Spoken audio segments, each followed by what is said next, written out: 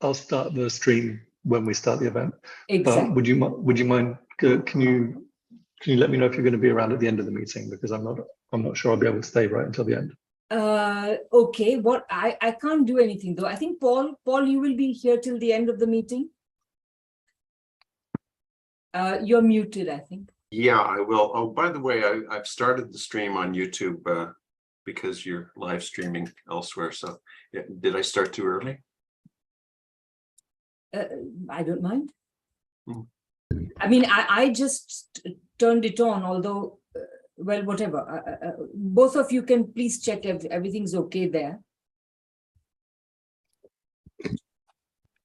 We're 2 minutes away from starting, and I'll give everybody a couple more minutes to come. And I'll also check that all our speakers are here. Okay, yeah, it's live on YouTube already. Okay, good.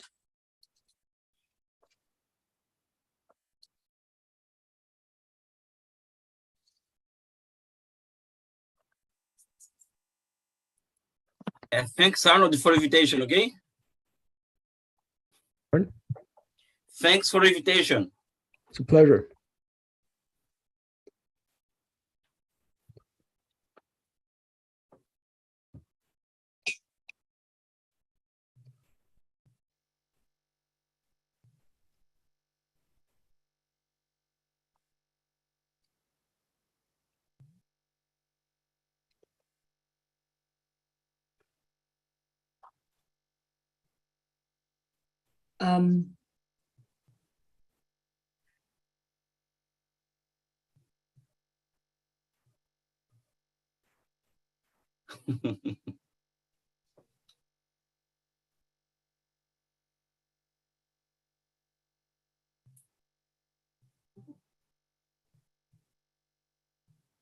We are on the hour now, and I'm just going to wait a couple minutes, and then we will get going.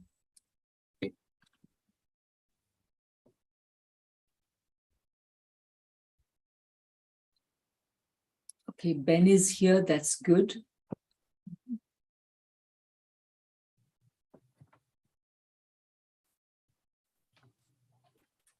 All right. Okay. I will turn on the live transcript.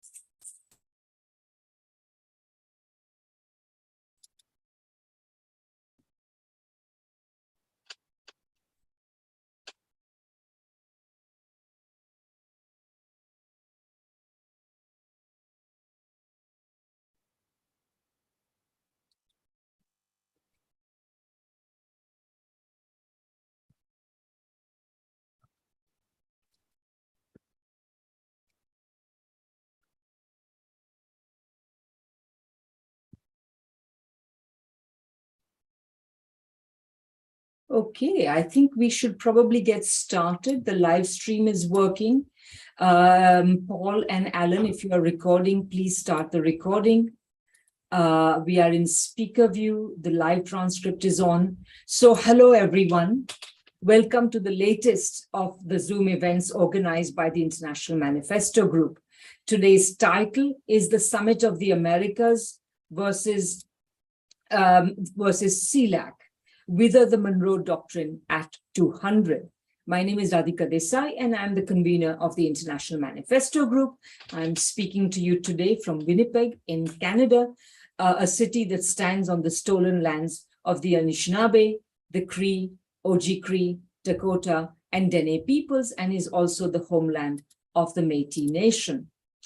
The International Manifesto Group was created as a discussion group at the start of the pandemic to discuss the unfolding of the very fast-moving political, economic, social, and international crises that the pandemic was already clearly accelerating. And of course, since then, we've had other events that are very, very fast changing the world order. And of course, we're here today to talk about one very important aspect of that. Since we were launched, we have written a manifesto entitled Through Pluripolarity Towards Socialism, which I encourage you all to read and sign. It's been translated into many languages and more are awaited. You can find it all at www.internationalmanifesto.org. Today's event has many co-sponsors. They include Kawasaki News, the Canada Files, Covert Action Magazine, the Fire This Time Movement for Social Justice, the United Anti-War Coalition, the Bolivarian Circle, Louis Rial Bolivarian Circle, the Hamilton Coalition to Stop the War, the Toronto Peace Initiative, the Orinoco Tribune, the International Action Center, Venezuela Analysis, the Black Alliance for Peace, and Multipolarista. Today, the idea that the US and Western hegemony, I put the word heavily in quotation marks, or more appropriately, perhaps dominance is declining, is on practically everyone's lips, except of course for the most delusional. The shift has been a long time coming. The fact of the matter was that what was called US hegemony was always US imperial ambition and effort dressed up as theory and analysis. The fact was that the United States never had the capacity to provide the world with what it claimed to: hegemony, leadership, public goods, etc. In reality, like all powers attempting imperialism, it only had subordination to offer to the rest of the world. This has always been resisted, and today what we are witnessing is a simple fact that the people and peoples of the world today have an increased ability to resist these efforts made by the United States and more broadly by Western countries. In Latin America, thanks to this eternal impulse to resist such subordination, we witnessed the veritable pink tide this century. And today it is surging stronger than ever. With Brazil poised to elect Lula as president, the whole map of Latin America is about to go red very quickly. And by the way, I should add that 2 weeks from now, we are going to have a very interesting panel analyzing what's going on in the election campaign, the all-important election campaign in Brazil, up to about 3 weeks before the elections take place. So please watch out for that. In this context, therefore, the exercise of US power was bound to encounter huge obstacles, and this year's Summit of the Americas made that abundantly clear. The forum was launched in 1994 when left forces throughout Latin America had been laid low. Cuba and Nicaragua most recently, but also, of course, much longer ago, Guatemala and Chile. And United States power was at a peak like never before. Even so, the Summit of the Americas was never able to do much. When it first launched at its first summit in Miami, its aim was a hemisphere-wide free trade agreement, an extension perhaps of the recently concluded NAFTA. That, however, was never successful. And today, with governments who see right through the US game taking power all over Latin America, this is impossible. And moreover, if the Trump phenomena is to be credited, even the people of the United States are saying they cannot bear the burden of arrangements that are designed to benefit a tiny elite, not even the people of the United States. As is well known, at its most recent summit, the United States' effort to exclude Cuba, Venezuela, and Nicaragua boomeranged massively. Andrés Manuel López Obrador, President of Mexico, Xiomara Castro, President of Honduras, Luis Arce, President of Bolivia, Nayib Bukele, President of El Salvador, and Ralph Gonzalez, the Prime Minister of St. Vincent and the Grenadines, all refused to attend the summit on those terms. With several other leaders being unable to attend for one reason or another, the summit was a poor affair. Indeed, it is hard to find instances of the United States being snubbed so thoroughly and so effectively. those offering solace by locating the little achievements in which of the summit of which the US could be proud had a hard job.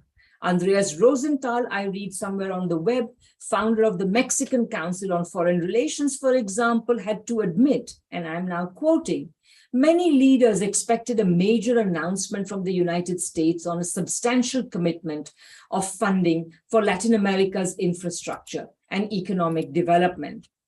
However, as has been the case for some time, most of what was promised was private sector investment that has been offered by previous US administrations and has never materialized. With the United States losing its purchase on world events, including events in its own so-called backyard, with new institutions of international economic and regional governance emerging, such as the Summit of the Community of Latin American and Caribbean States, namely CELAC, with China and even Russia now increasingly offering alternative arrangements for trade, for investment, for security, the days of the Monroe Doctrine are clearly over.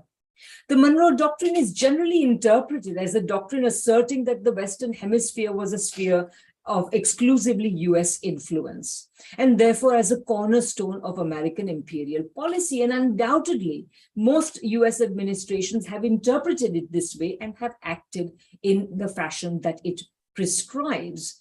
But however, when it was first formulated in 1823, it also contained some very different seeds, thanks to the author of the document, then Secretary of State, later President of the United States, John Quincy Adams. These seeds were of a more sensible, more realistic foreign policy, better calibrated to the United States' real needs and, of course, real capacities. A realist foreign policy which opposed European imperialism and sought better relations with the already independent states of the Western Hemisphere. Today, important parts, and by the way, for these views, John Quincy Adams was one of those presidents who was confined to a single term. Today, important parts of a US foreign policy establishment have set up an institute in his name to advocate greater military restraint and a more cooperative attitude with other nations, including the nations of Latin America. This is at least one sign. This is at once a sign of United States' diminished powers and also a ray of hope that the people of the United States, better thinkers, cooler minds, will take power away, which is presently in the hands of delusional imperialist leaders. But in any case, Latin American countries and the people of Latin America are not waiting with bated breath for this to happen. They are striking out on their own.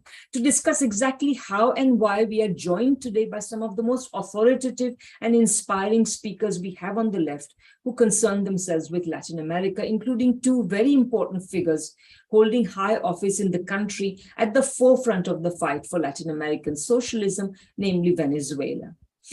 I will introduce each speaker in turn, and once they are done, each speaker will speak for about 10 minutes. Then we will have a period of time for questions and answers, and I will give you instructions about that. But please note that during the question and answer session, unless you use the raise hand function, which is part of the Zoom, I won't be able to see you. If you just do this, I may see you, but I may also not see you.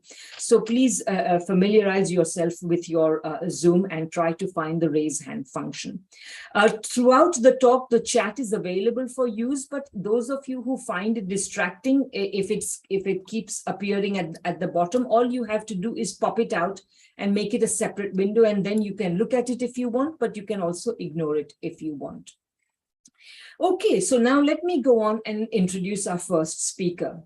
Adán Chávez Frías is the Venezuelan ambassador to Cuba and is also president of the Instituto de Altos Estudios de Pensamiento del Comandante Eterno Hugo Chávez and vice president of training and ideology of the Partido Socialista Unido de Venezuela, or the PSUV, an organization of which he is also a member of the Politburo. He was a militant of the revolutionary left from an early age, performing important political and institutional responsibilities since the arrival to power of the Bolivarian Revolution. Among the offices he has held are Deputy to the National Constituent Assembly, in 1999 and 2017, Director of the Office of Relations with the National Assembly in the Vice Presidency of the Republic in the period 2000 to 2001, Private Secretary of Commander Chavez 2001 to 2, President of the National Land Institute in 2002 and 3, Director of the Office of the Presidency of the Bolivarian Republic of Venezuela in 2003-4, Minister of People's Power for Education in 2007-8, Minister of the Office of the Presidency in 2006-7, Governor of the State of Barinas for 2 terms, 2008 to 17, and Minister of People's Power for Culture in 2017. Now, Adan cannot be here today, so we are going to play a short video with his remarks.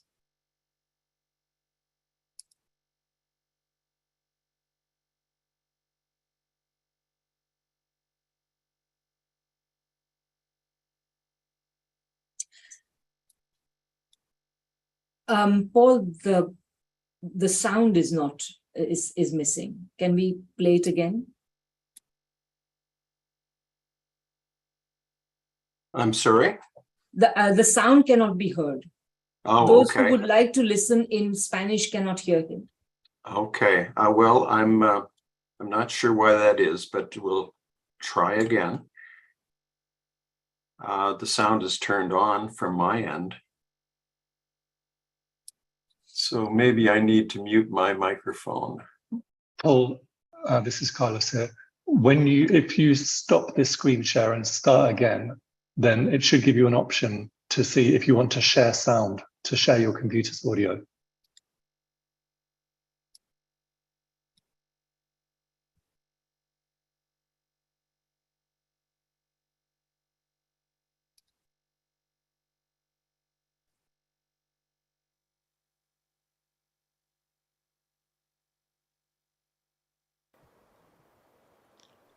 Un gran abrazo para todos y todas. El saludo de siempre, bolivariano, revolucionario, chavista y antiimperialista. Desde acá, desde la patria de Bolívar, esta patria grande nuestra, desde el Río Bravo hasta la Patagonia. Esa es nuestra América. Y por eso, fieles a Bolívar y fieles a Chávez, seguimos diciendo que la patria es América. Esta, nuestra América. Agradezco sobremanera la oportunidad que me brindan para participar en esta conferencia en línea con este tema tan importante para el debate, que continúe el debate, que viva la batalla de las ideas.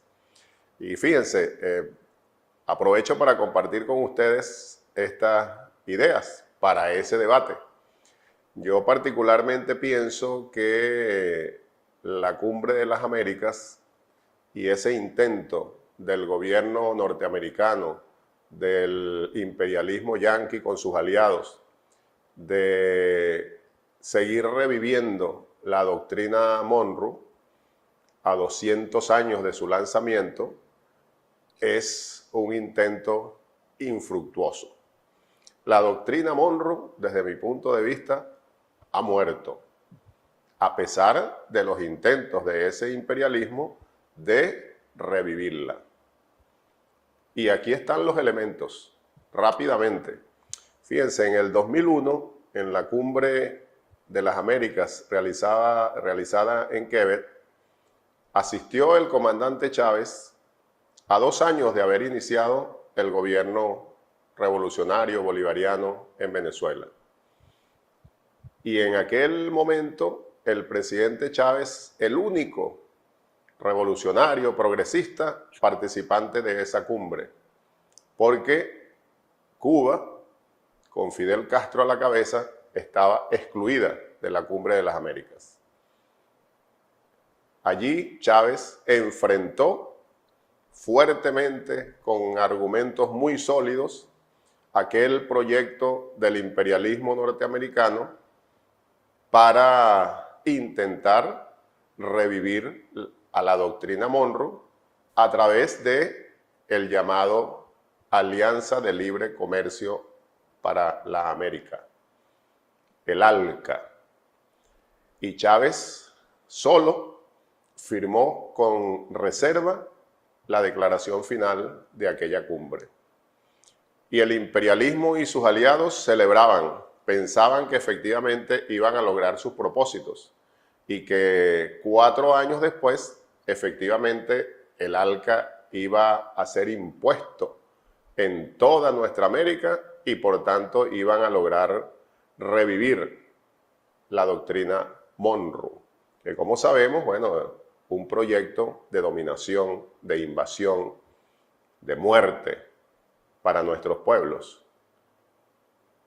Fracasaron, porque precisamente teniendo a la revolución bolivariana como modelo, como faro, y la unión de la revolución bolivariana con la revolución cubana, gran ejemplo para nuestros pueblos, comenzaron a revivir las esperanzas de libertad y soberanía en esta nuestra América. Y 4 años después, entonces en el 2005, aquella cumbre de las Américas que se realizó en Argentina, en Mar del Plata, ya allí Chávez no estaba solo. Ya precisamente por ese despertar de una buena cantidad de nuestros pueblos, por lo menos 6 mandatarios más progresistas acompañaban a Chávez. Enfrentaron con tal dureza el proyecto del ALCA y además con representantes de nuestros pueblos, de los movimientos sociales que habían agarrado una gran fuerza en esos 4 años en la calle, manifestándose en contra del ALCA, en contra de la doctrina Monroe. Bueno, el imperialismo, como sabemos, recibió allí una contundente derrota. Y se hizo famosa la frase del comandante Chávez, el ALCA al carajo, que todos sabemos en nuestra América lo que significa. Es decir, el ALCA derrotada. La mandamos bien lejos al carajo, bien lejos de nuestros pueblos. Derrotado el imperialismo y por tanto derrotado el intento de revivir a la doctrina Monroe. Y desde ese momento, desde el 2005 hasta acá, derrota tras derrota del imperialismo norteamericano. Aunque siempre decimos no hay que menospreciarlo, sabemos que van a continuar porque tienen aún fuerza económica, militar, para seguir con esos intentos de dominación. Pero los hemos estado derrotando y los vamos a seguir derrotando. Con esa firmeza de nuestros pueblos, organizados, conscientes de lo que significa libertad y soberanía, de lo que significa haber decidido ser definitivamente libres. El mundo unipolar que quisiera imponer el imperialismo se acabó. Este continente nuestro es multipolar ya para siempre.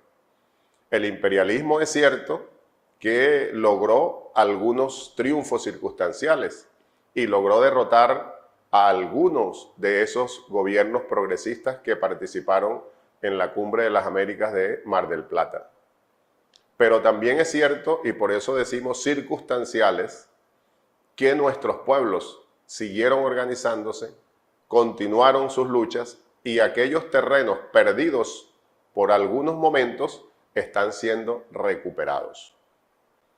Y además están triunfando nuestros pueblos en algunos terrenos donde no había sido posible establecer gobiernos progresistas, como México, como Colombia, ejemplos fundamentales desde mi punto de vista en esta lucha, en estos avances, en la construcción del mundo multipolar, en el fortalecimiento de ese mundo multipolar.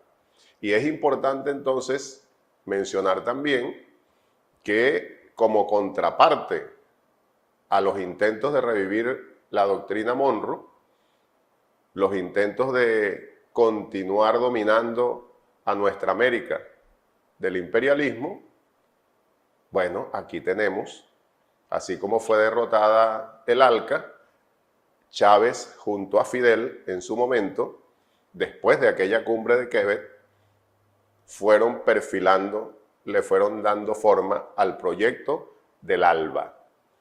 En aquel momento, Alternativa Bolivariana para Nuestra América, que ahora ha pasado a ser la Alianza Bolivariana para Nuestra América.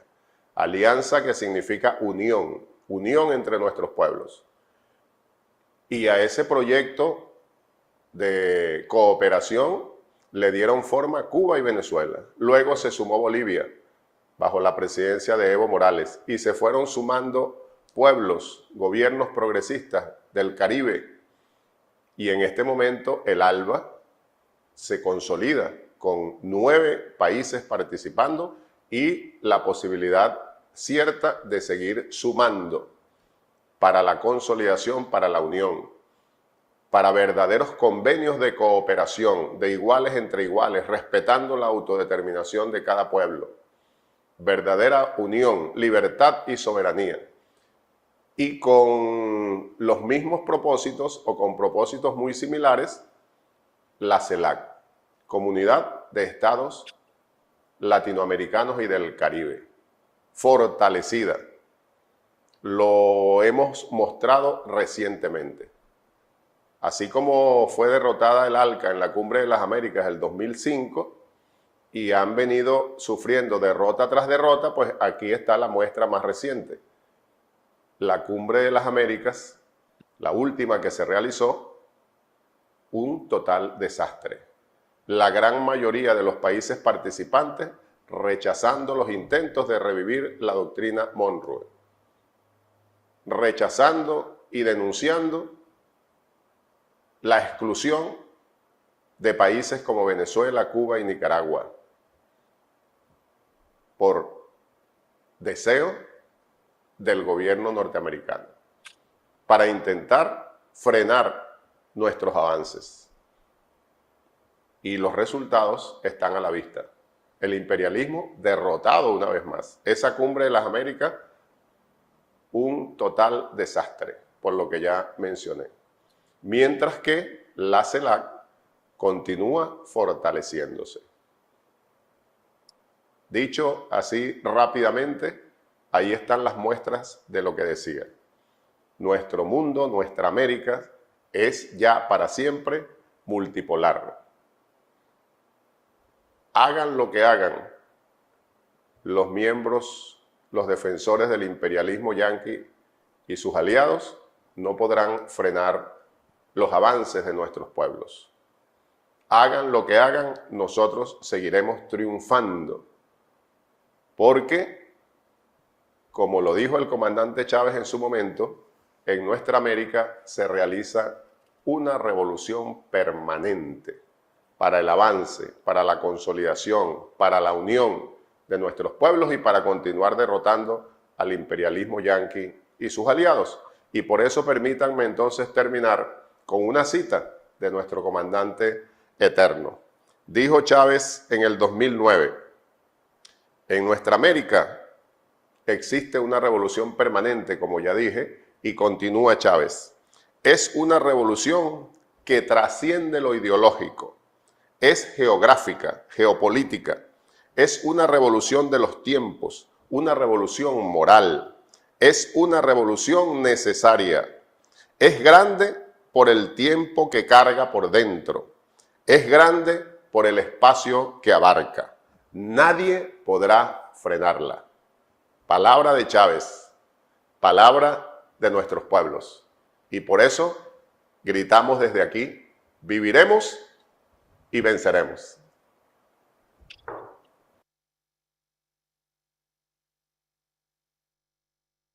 Wonderful. Thank you. That was just an amazing speech. And I should also like to add that the thought of Hugo Chavez, about which Adan was speaking, has also inspired us sufficiently that we have used one of his key contributions to the understanding of what's the changing world order, namely the term pluripolarity is in the title of our manifesto.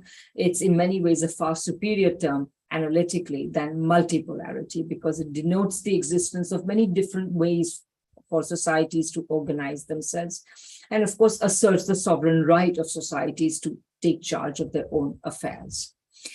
Okay, our second speaker is Arnold August, who I should also add is the moving spirit behind this panel. Arnold is a Montreal-based author of 3 books on US, Cuba, Latin America. As an award-winning journalist, he publishes in English, Spanish, and French on several continents, collaborates with major alternative news media organizations such as Telesur TV, Cuban TV, Press TV, and Friends of Socialist China. He is contributing editor for the Canada Files, member of the International Manifesto Group, the General Gathering in support of the Choice of Resistance based in Palestine and Beirut, the Black Alliance for Peace, the Solidarity Network in the United States, and Central South University of Human Rights Center, Changsha, China. So Arnold, please go ahead, the floor is yours.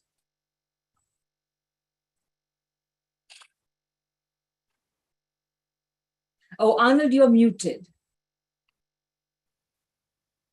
Thank you, Radhika. I would like to just add that I have to thank all of the speakers and co-sponsors who agreed to participate in this webinar. I was very happy to hear the previous speaker, Adan Chavez, mention Quebec 2001. It was very important. Allow me to, I was going to speak about Quebec 2001 in any case for obvious reason, but I'm still going to, but I will deal with different aspects that were not covered by Adan Chavez. And that is, firstly, it said that Chavez was the only head of state in that summit in Quebec City that took a progressive stand. That is true, but Hugo Chavez had objectively 60,000 people as his allies in the streets of Quebec, demonstrating against that summit, against globalized capitalism, and also against the free trade area of the Americas. 60,000, and while they carried out the demonstrations, they also had a people's assembly in which invited people were from Canada, Latin America, and France that participated.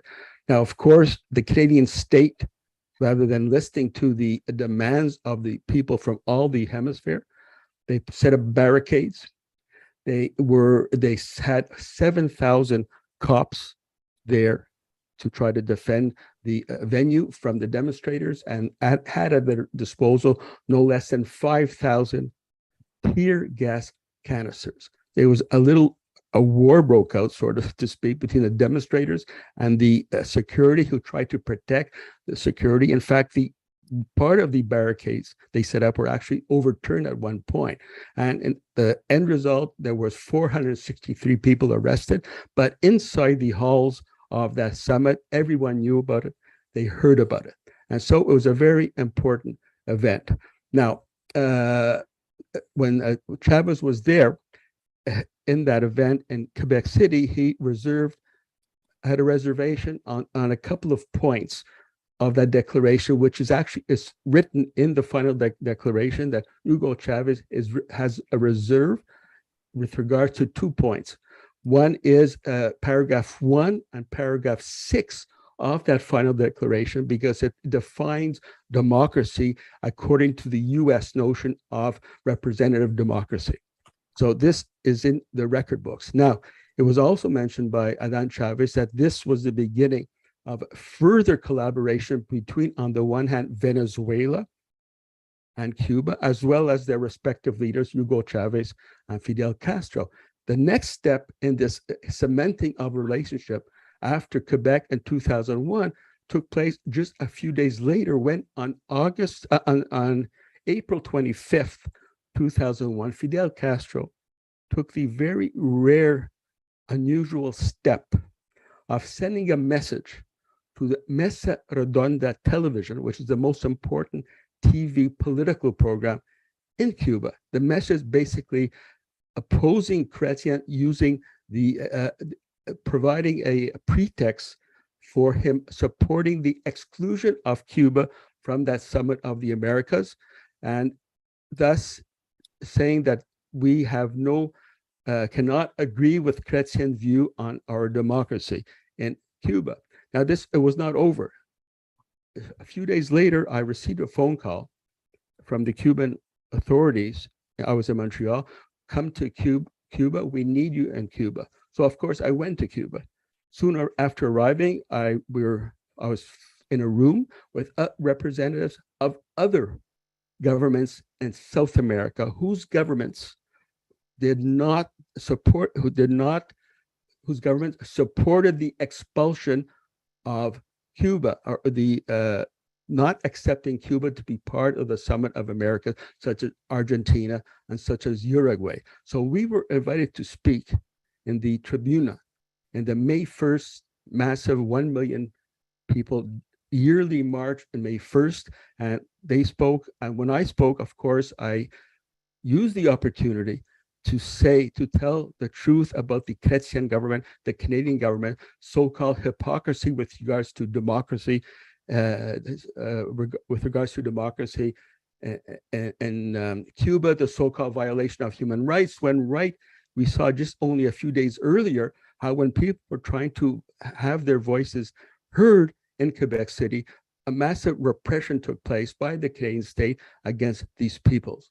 And also I said, look, if Chrétien wants to deal with the issue of human rights, why doesn't he look south of the border in the United States? There is a problem of human rights there, not in Cuba. And as well, saying that Canada is known for its suppression, genocidal policy towards the native peoples in Canada. And I could not help but use an important point that was raised in Quebec City when a reporter asked Chrétien, well, what do you think about the 60,000 people who are demonstrating here against this whole event? Well, his answer was a typical Canadian response. Well, they could be elected to Parliament if they feel so strongly about their views. We know about this cynical operation. So Hugo Chavez, he reserved the right. He did not sign the declaration as a result of paragraphs 1 and 6 in that declaration, which put the accent on participatory democracy as an attempt to exclude Cuba as a pretext. Soon after that, on April 25th, I got a call from the I read that with iPad. Yeah, right. I got a call from Cuba, and this, as I mentioned before, what I had to say over there. Now, what has happened since 2001 in Quebec City?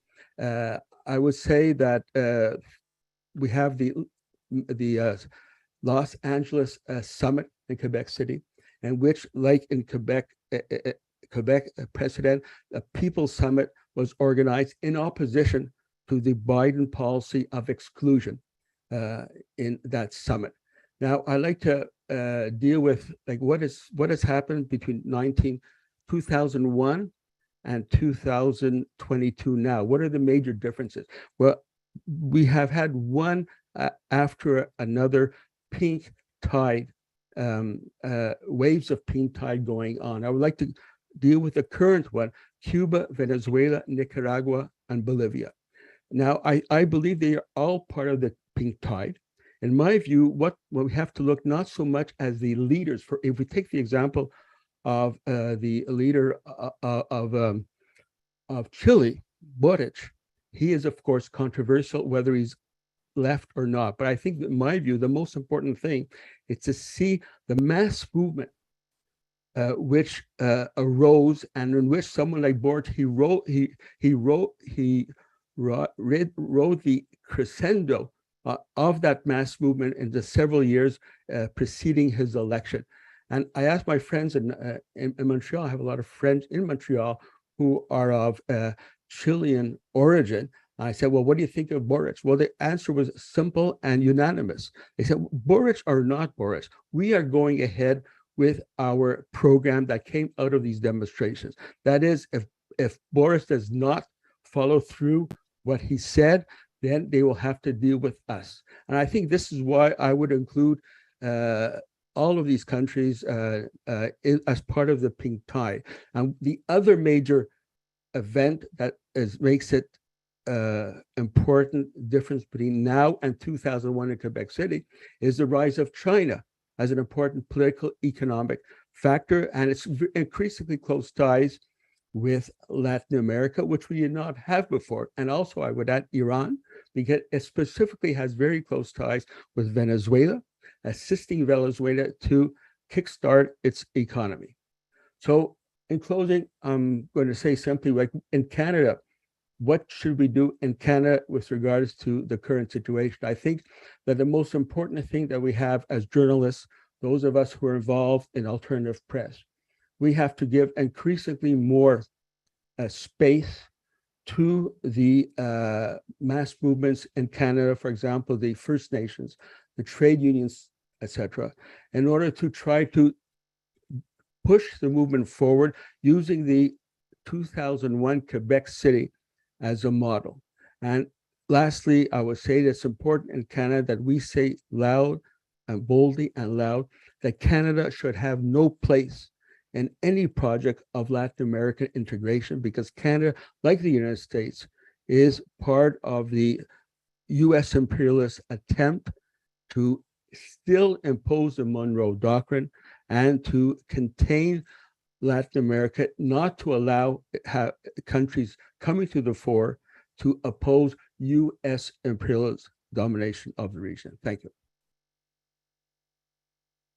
Thank you so much, Arnold. That was really excellent, and bringing Quebec in this fashion was particularly important. So thanks again. And yeah, so let me go on to our next speaker.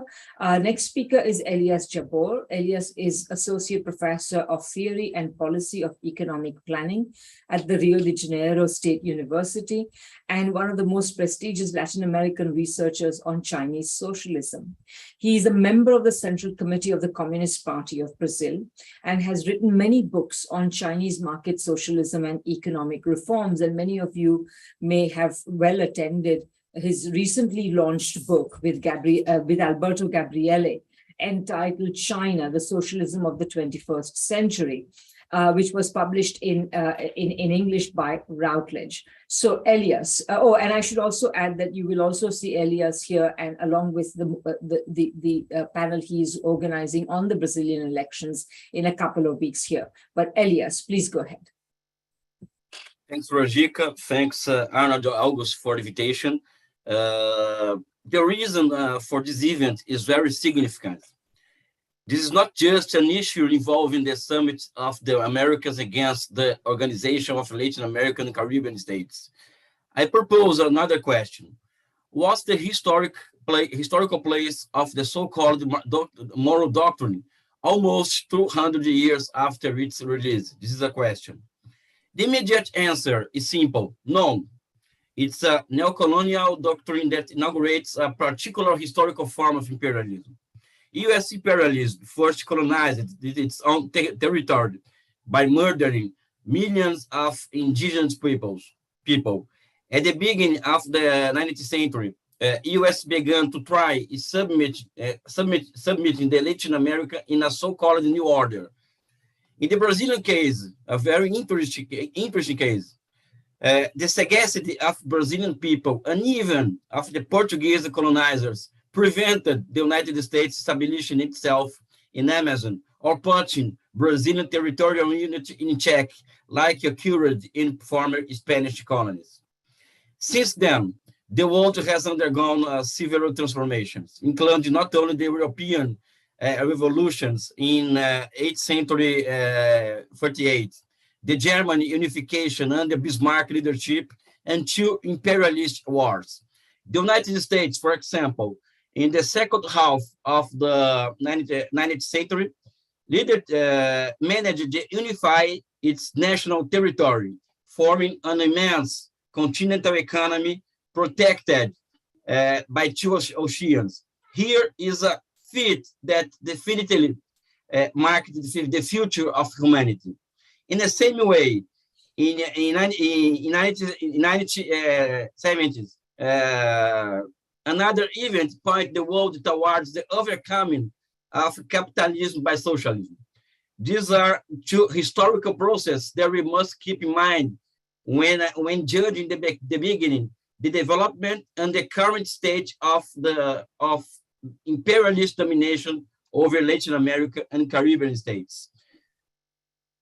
With these two events, the unification of continental economy in the United States and the Russian Revolution, the conditions were set for a strategic clash, not only restricted to the struggle between capitalism and socialism, but in immediate plan, due to the fact that the Soviet Union has placed the anti-imperialist and anti-colonial struggle on the international agenda. The community of Latin American and Caribbean states and its emergence cannot be seen outside the context of the centrality of the anti-imperialist and anti-colonial struggle. This struggle is the noblest manifestation of humanity against the enemies of humanity itself. Being anti-imperialist is the noblest feeling a human being can aspire to. The foundation of Third International in 1990s by Lenin elevates the anti-imperialist and anti-struggle to the level of the main aspect of the main contradiction. The center of gravity of the struggle for socialism has shifted from the center to the periphery of the system. The national and popular revolutions in China, Cuba, Vietnam, Korea, and different parts of Africa have demonstrated the strength of the people's struggle against imperialism. This struggle is more current than ever with the new historical ways in which imperialism has been reinventing itself through the ages. Imperialism is making the world an increasingly violent and unstable place. The instability directly affects the weak link of imperialism, Latin America.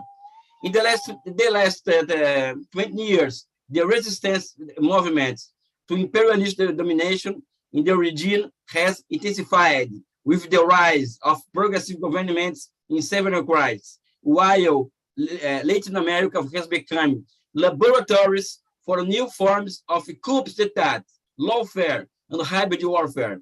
For example, my country has been under imperialist domination since 2016 coup.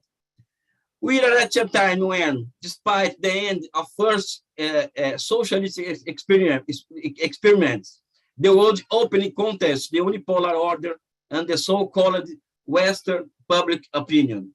Latin America and Caribbean have strongly demonstrated their capacity for mobilization and resistance after having defeats in the 80s, when Ronald Reagan governments launched a wave of counter-revolutionary violence against the region that has not been seen before in human history. Neoliberalism has brought our America to its knees, but it has launched its own possibilities of organization in even what we call particular path to socialism. In other words, the wave launched by the Russian Revolution arrived victorious in Cuba, and today is a real hope in experience, as those we can observe in Bolivia, Nicaragua, and Venezuela. The possibility of victory of a broad front of a patriotic and anti-fascist character in Brazil could be a necessary dialectical leap to open new horizons to Latin America and Caribbean. The Monroe Doctrine makes no sense on a continent that has already grasped its ability to resist, build, and rebuild itself. The presence of People's Republic of China and the productive and, according to Professor Javier Vadel, pointed anti-neoliberal globalization that it inaugurated is a milestone in human history that should serve to Latin American leaders not only as a source of exporting products or receiving investments, but also a great possibility for the planning of foreign trade of our countries and a true myriad of a great project of continental integration with the second largest economy in the world. The productive and anti-neoliberal globalization inaugurated by China must be seen within a historical process of continuity of the Russian Revolution and similar impacts to the world that verified at the moment in which the gigantic economy was formed in the United States 2 centuries ago, 1 century half ago.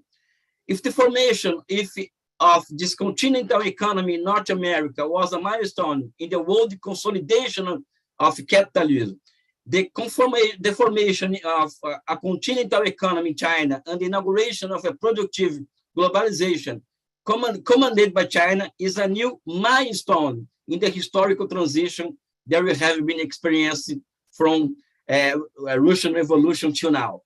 2 points. The transition from capitalism to socialism. Latin America and Caribbean must be acknowledged of these great historic events that is taking place at this very moment and before our eyes. Thank you so much. Thank you. Thank you, Elias. That was really great, and particularly the focus on China as one of the key elements, key moments changing the current world order is very important. So thank you very much. Our next speaker is Camilla Escalante. Camilla is the woman behind Kawasachan News, a media outlet based in Bolivia. And also, she's also known for her correspondent work reporting from all around Latin America. She's Latin American correspondent for Press TV, co-hosts Latin America Review, a weekly program which is podcast, where you can hear interviews with Latin American and Caribbean leaders and analysts in English. Camilla's family are FMLN revolutionary former combatants. She was previously based in Quito, Havana, and Caracas. She is currently based in La Paz and is reporting on campesino governments across the continent. And I should add, by the way, that at the moment she's in Brazil, reporting on the Brazilian elections, and she will also be speaking on our panel next 2 weeks from now on the Brazilian elections. But today, of course, her focus is different. Camilla, please take the floor.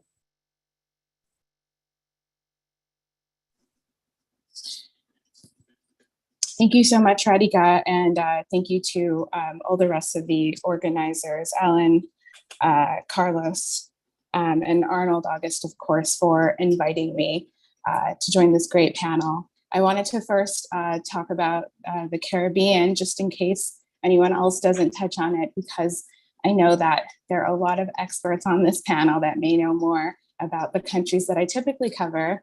As Radhika explained, back in the month of May through June, we heard a lot of pushback from the Caribbean on the exclusion of Cuba, Nicaragua, and Venezuela from the Biden Summit in Los Angeles.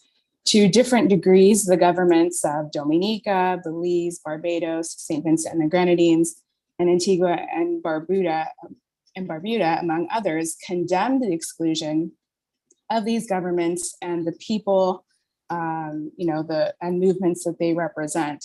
Some of those governments, it was kind of difficult to foresee, to predict who would actually attend, but in the end, despite many of the condemnations and denouncements, they almost all participated or sent some sort of representation to the summit in Los Angeles. But those who did participate, they did voice their protests oftentimes of the exclusion of these countries in their statements before the summit. And others, of course, added their protests against the ongoing brutal genocidal US blockade on Cuba and the sanctions on Venezuela. One of the denouncements we heard going into the summit was from Prime Minister Roosevelt Skerrit of Dominica, who he gave a speech at home before leaving for the summit. And he said, "I participate in the summit as a proud recipient of the Jose Marti Award, as a brother of the ALBA countries, and as a member of the Global South, and as a friend of the Global North." And I think that is a very, important sentiment and statement that he shared, because he wanted to make sure that people that it was clear to both Washington, but also to his, friends in Caracas and anywhere else, that in fact, he was going to participate in this summit, but not forgetting his, participation and role in the Bolivarian Alliance. And, that goes against the nature of Aquarians. And I think that's. Sorry, Camilla, please go ahead. Very sorry about that. It's okay. So calls for the lifting of the US genocidal blockade on Cuba are practically unanimous among the Caribbean community, the CARICOM countries. And now they're calling for the lifting of oil sanctions on Venezuela to allow for the reintroduction of Venezuela's Petrocaribe initiative. It's an initiative that from Haiti to St. Vincent and the Grenadines and to other countries has helped so many different governments and peoples provide that much needed energy supply at a reduced cost. Many governments of CARICOM have also been critical of the Organization of American States under the leadership of Luis Almagro in recent years. They're finally waking up to it, although all of the Caribbean governments continue to participate in the OAS. They are members, they pay dues, but they have, since particularly the coup in November of 2019 in Bolivia, have made a lot of denouncements about the interference and interventionist nature of this body towards the countries of our region, and also because of the intervention that we saw against Venezuela in recent years, going back before 2019. Following the June Summit of the Americas, CARICOM held its 43rd Heads of State and Government meeting in Suriname. And in the final statement, CARICOM came together and was able to include a line saying that they urged the removal of the sanctions on Venezuela to allow for countries to benefit from the Petrocaribe initiative and for progress on the exploitation of cross-border natural gas fields between Trinidad and Tobago and Venezuela. And St. Vincent and the Grenadines Prime Minister, Ralph Gonsalves, has made a couple of notable trips to Venezuela in recent months, and he announced during this Heads of Government Summit in Suriname that one of the things that came out of his recent trip, I believe in April, was that Venezuela and President Nicolas Maduro agreed to reinitiate this Petrocaribe initiative in St. Vincent that will allow St. Vincent to receive fuel from Venezuela with something like 30% off the top, in Ralph's words. So that's something that's greatly going to help that country. Obviously, Ralph Gonsalves, the Prime Minister of St. Vincent and the Grenadines, is a socialist. Not many other Caribbean leaders are, but I think that this line that was included in the final declaration is a very positive step in the right direction, in which we're seeing these governments begin, to look away from Washington. They're not doing it very bluntly, and it's definitely baby steps, but they're realizing the importance of their neighbors, particularly given the medical cooperation we saw during COVID, when Cuba immediately sent brigades of doctors and specialists to different countries, prioritizing their own neighborhood, prioritizing the other Caribbean islands. And I think that's something, that example, that revolutionary example, is something that people and governments have really taken note of, and are now beginning to stand up for a little bit more. I think another thing that people are starting to realize, and the leaders of these Caribbean countries, is the fact that we're beginning to hear more and more statements very bluntly from the Southcom, from the military command of the United States here in the Americas, called Southern Command, and its General Laura Richardson, or its commander, General Laura Richardson, she's been very blunt about the intentions and the interests of the United States here in Latin America and the Caribbean. And the biggest one is an energy supply. And the three countries with the largest supply of energy, which the US and these private companies, these transnationals are seeking to exploit, are in Trinidad and Tobago, Suriname, and Guyana, after Venezuela. And I think that's beginning to become clearer and clearer that the people and governments of those countries have a duty to protect their national sovereignty, protect their natural resources, particularly given the international conflict. And this attempt by the United States to try to, scam any country out of their resources right now, this outright scramble. And so I think, what needs to happen right now is that it's very important for the peoples and movements, and these countries already have their very strong and sovereign anti-imperialist movements that are, continuing to fight from below and push from below. But we need to be following the example of countries like Bolivia, like Nicaragua, who are standing strong against imperialist plunder. And look at things, the way in which Bolivia, the model Bolivia has applied, which is only developing and exploiting resources with other countries and other companies that are willing to do so, while under the understanding that these resources belong to the Bolivian people, and that anything that is derived from the exploitation must first benefit the Bolivian people. Radhika, do I have any more time? Let me just get a check on time. Oh, I can't hear you. 2 minutes, since you're being so wonderfully interesting. Okay, well, I don't have a lot more to say. I was just gonna do a little summary on what's going on in Bolivia.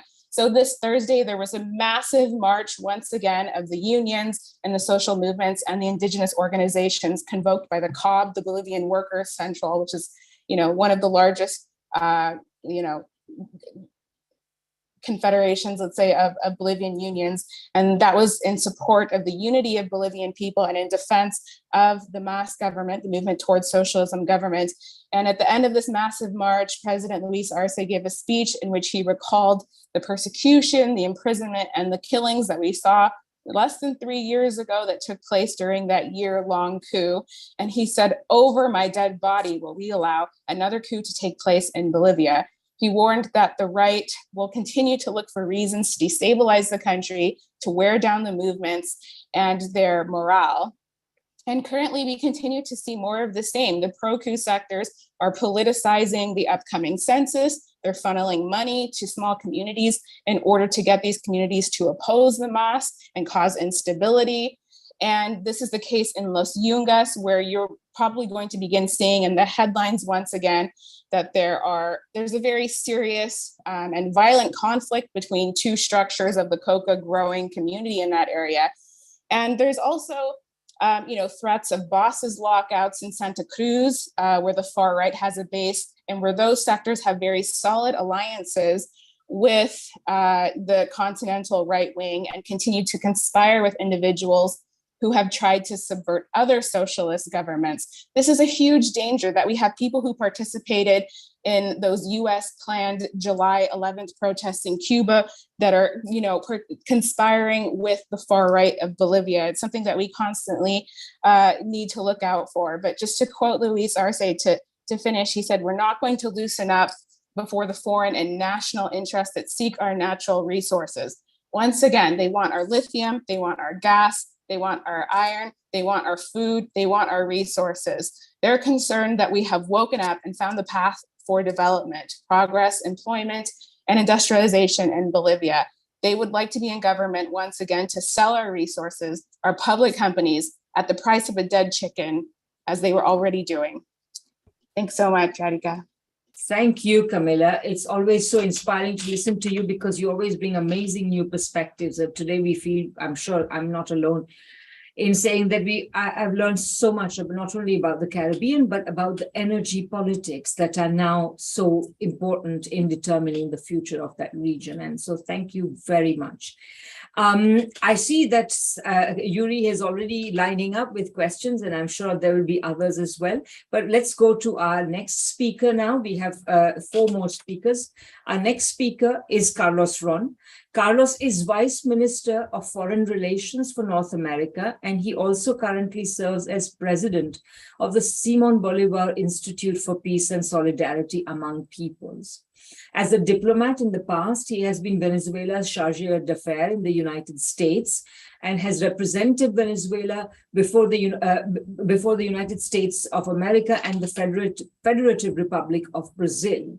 He was an advisor at the Office of the Presidential International Relations, coordinator of the research program on regional integration and multilateral agreements at the Miranda International Center, very relevant to today's topic. And he graduated in Latin American Studies from Rutgers University, US, and also holds a postgraduate degree from the University of Brasilia in Brazil. Carlos, it's always such a great honor to have you. Please go ahead. Thank you very much, Radhika. It's my pleasure always, and thank you for this opportunity. I think this is a very rich topic that we have before us, and I would just want to add, a couple of thoughts or reflections upon 2 specific issues that I think we should go over when we think about the Monroe Doctrine and its importance and relevance for us today. Next year will be the bicentennial, as we've already said, established. And it must serve us as a reminder that this confrontation of 2 conflicting projects has been going on for 200 years and will probably last much more longer. It doesn't seem to me that we can think about this project this confrontation somehow having an easy solution or easy resolution, because basically you're talking about 2 visions for the same area, and 2 visions with different interests and different perspectives. At the time, even in 1823, when our republics were fighting for their independence, there was the perception that this stance taken by the United States would somehow be positive, or somehow be a support for the independence movement, which in a way, there was some importance in the statement, but it wasn't the reason. The reason behind it was not that the U.S. was really in favor of these independence, but rather, ironically, because of what we see going on today, but rather it was an attempt to curb Russia's advances in the continent, as it was coming down from Alaska to the West Coast, and possibly move further down. So again, it was something that it was related to the U.S. interest and the U.S. vision over the region, and somehow was taken up as if it was in the interest of all of the countries here. Now, the thing is that we're talking about 2 distinct projects. The U.S. project, of a society that defined itself as the city up on the hill. That idea of U.S. exceptionalism as a right to sort of impose or promote its model over the rest of the region, and the other one, a true emancipation process that was very complex. That it began as an elite trying to break off from Spanish rule so that they can have more control over their own markets. But then it really became after 1814 a real process of social transformation. Once there was a shift from the mentality of those leaders in the revolution to start incorporating issues such as class, race within this framework. And really, with the interest of achieving emancipation and achieving a whole type of, a whole new society, a different society. If we look at the people that had to do with this process, such as Thomas Jefferson in 1786, he writes this very interesting letter when he's describing the region and when he had been asked about Spain and the conflicting revolutions. And Jefferson says, our confederacy must be viewed as a nest from which all America, North and South, is to be peopled. So you see this centrality as the US being the nest, the place where everything starts.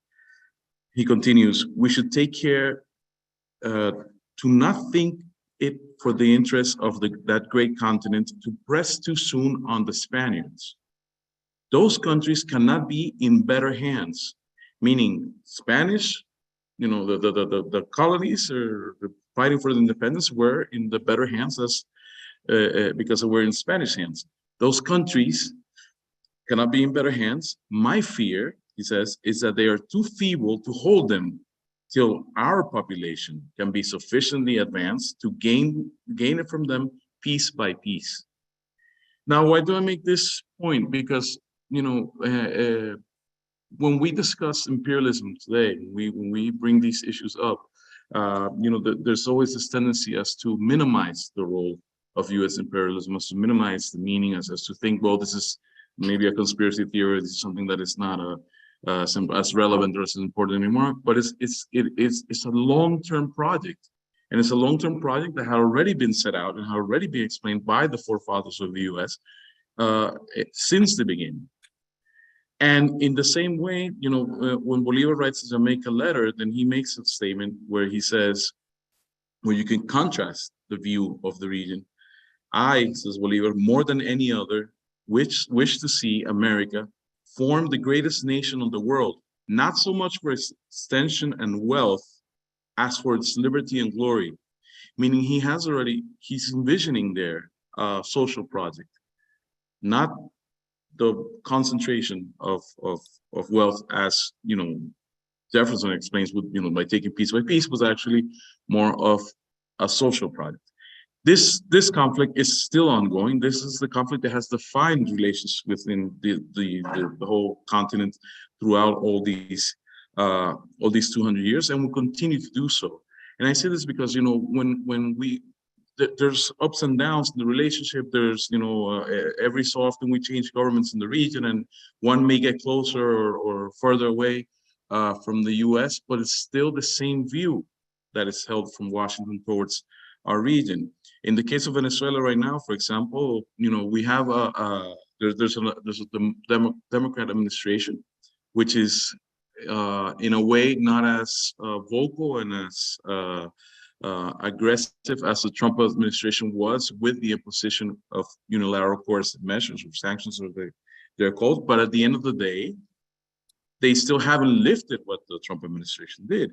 I mean, there's the U.S. system continues to live with even, you know, the other administration's policies, just because at the end of the day, it continues that framework of seeing Latin America as something that should be part of the U.S. project for the region and for this global project as well. No structural projects came out of the Los Angeles Summit of the Americas, because it's really when you see that, you know, continuing with this idea of the Monroe Doctrine, what the United States really wants is not to build Latin America, it's not to create structures, it's not to improve those problems that they say they want to address, like migration, poverty, and all these things.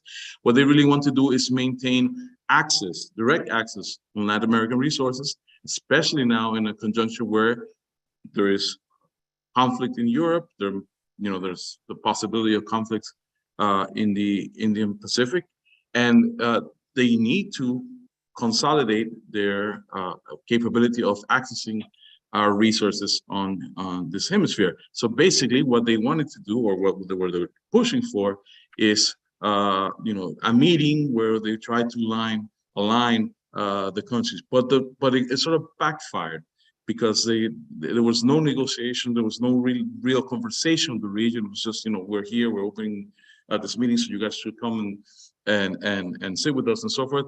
There was no dialogue, and that's why you see that the CELAC meeting was much more successful before, because even when countries that have conservative governments and did not have the same position as some of the more progressive, even revolutionary governments have, there was a coincidence in some issues, such as realizing that the current model, the current systemic model, is not able to solve the problems that we have as a region. And that some of these countries didn't get the vaccines like, Canada or the United States did, despite that, they feel somehow ideologically related. We couldn't face some of the, we don't have the same positions, or there's no way that, the countries south of Mexico can have the same position as the US and Canada with regards to issues such as climate change, because our realities are quite different and our solutions are quite different. So at the end of the day, you see that, they saw in the CELAC meeting the necessity of coming together and trying to find common solutions. So again, this just shows that this ongoing struggle between the two projects is there, and of course will remain there for a long time. Just finally, the one other point I would like to make on this issue is U.S. imperialism is taking new forms, as everything in the world takes new forms. So the Monroe Doctrine is still alive as part of the project, but we might be seeing it expressed in different ways. And I think a couple of things that I think we should be looking for, and that we should be aware, and we should denounce, and we should try to fight against, is, for example, the divisionism that is trying to be put forth in our region. And I say divisionism, especially within the left and progressive and revolutionary movements, as they try to box them in different tiers. And we've seen this before when President Chavez and President Lula were both in government. You would have this discourse of the existing lefts. There's the good left and the bad left. And I'm sure the way the region is realigning again with a more progressive tide, as it's called, we're going to be seeing more of this, and we're also going to be seeing more penetration. We're already seeing these attempts in countries such as Nicaragua, where the NGOs funded by the U.S. are trying to, capture discourse from the left, discourse from progressives on issues like women's rights, on issues like housing and other forms of organization. It's part of the weapons used in a hybrid war is precisely to use all these things where we don't expect, generate confusion and try to break off the unity that is sustaining left and progressive governments. So this is something I think that must be denounced, something I think that we must be made aware of. And I think it also shows us that this ongoing 200-year-old conflict is still very present, is still very alive, and we're still, building our alternative. We're still, confronting this. We, as part of the revolutionary governments and movements, I think we have our own road to build. We have our own project to build, a project of sovereignty and a project with dignity. Defend the sovereignty of our countries and defend them, making sure the dignities of our peoples are respected with their rights and their living conditions guaranteed. Thank you very much.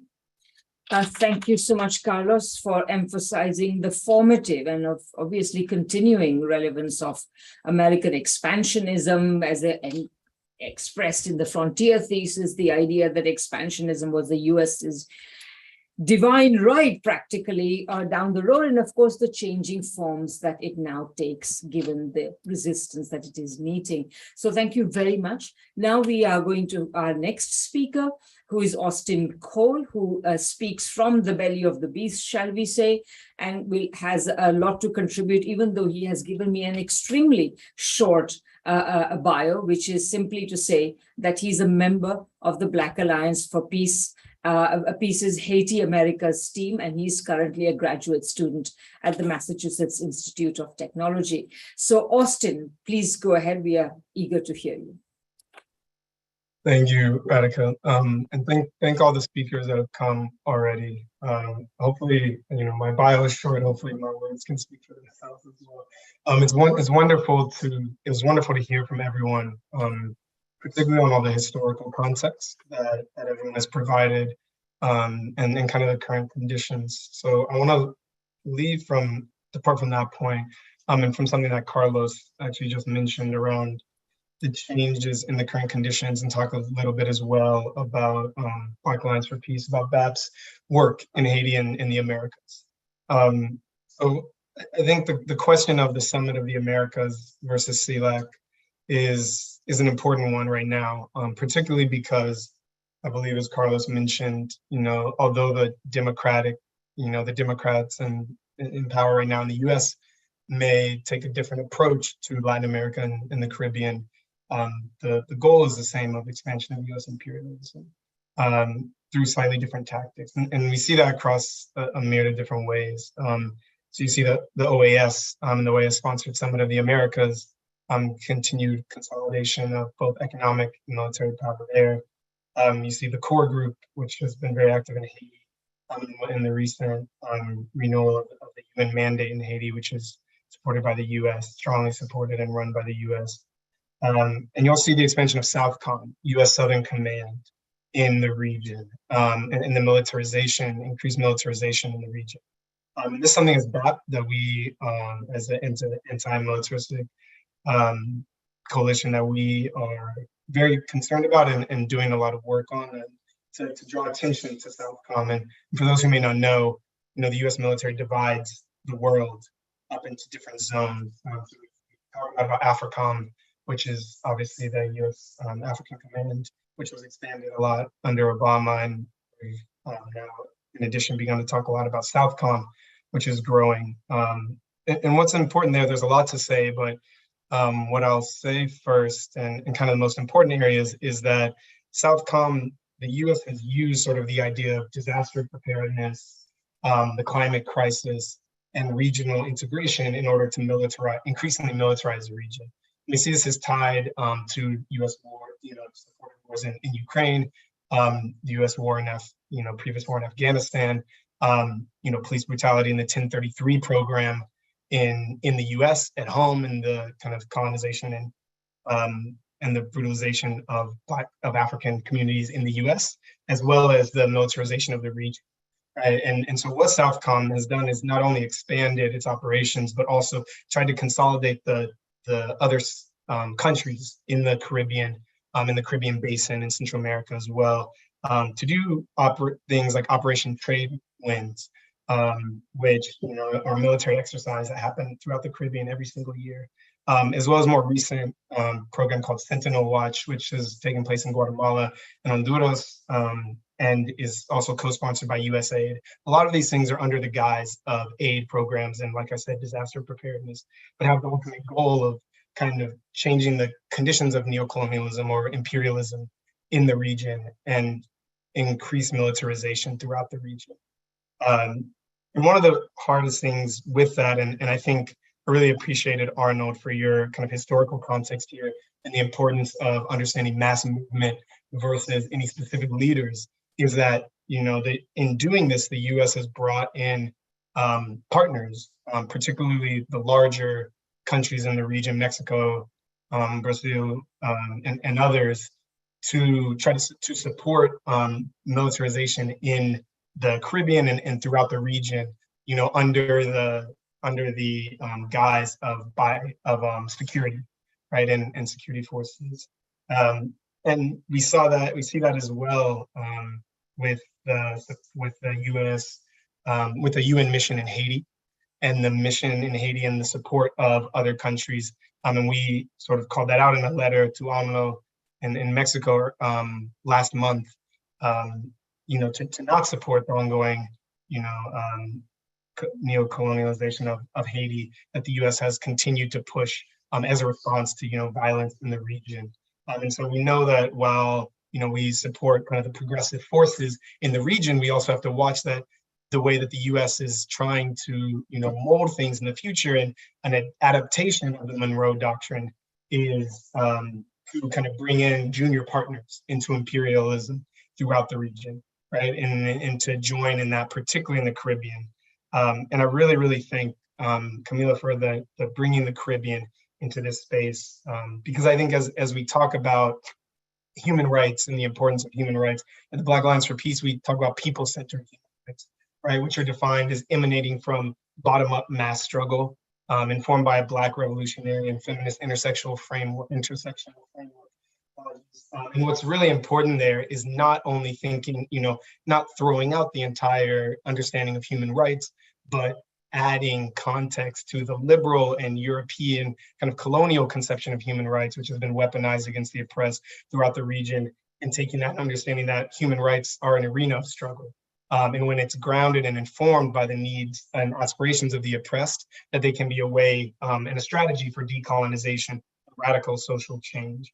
And so thinking about that, we kind of enter the Black Alliance for Peace, we enter the region and through the context of Haiti, because we understand that Haiti has been a crucial point for Pan-African liberation and anti-colonial struggle since 1791.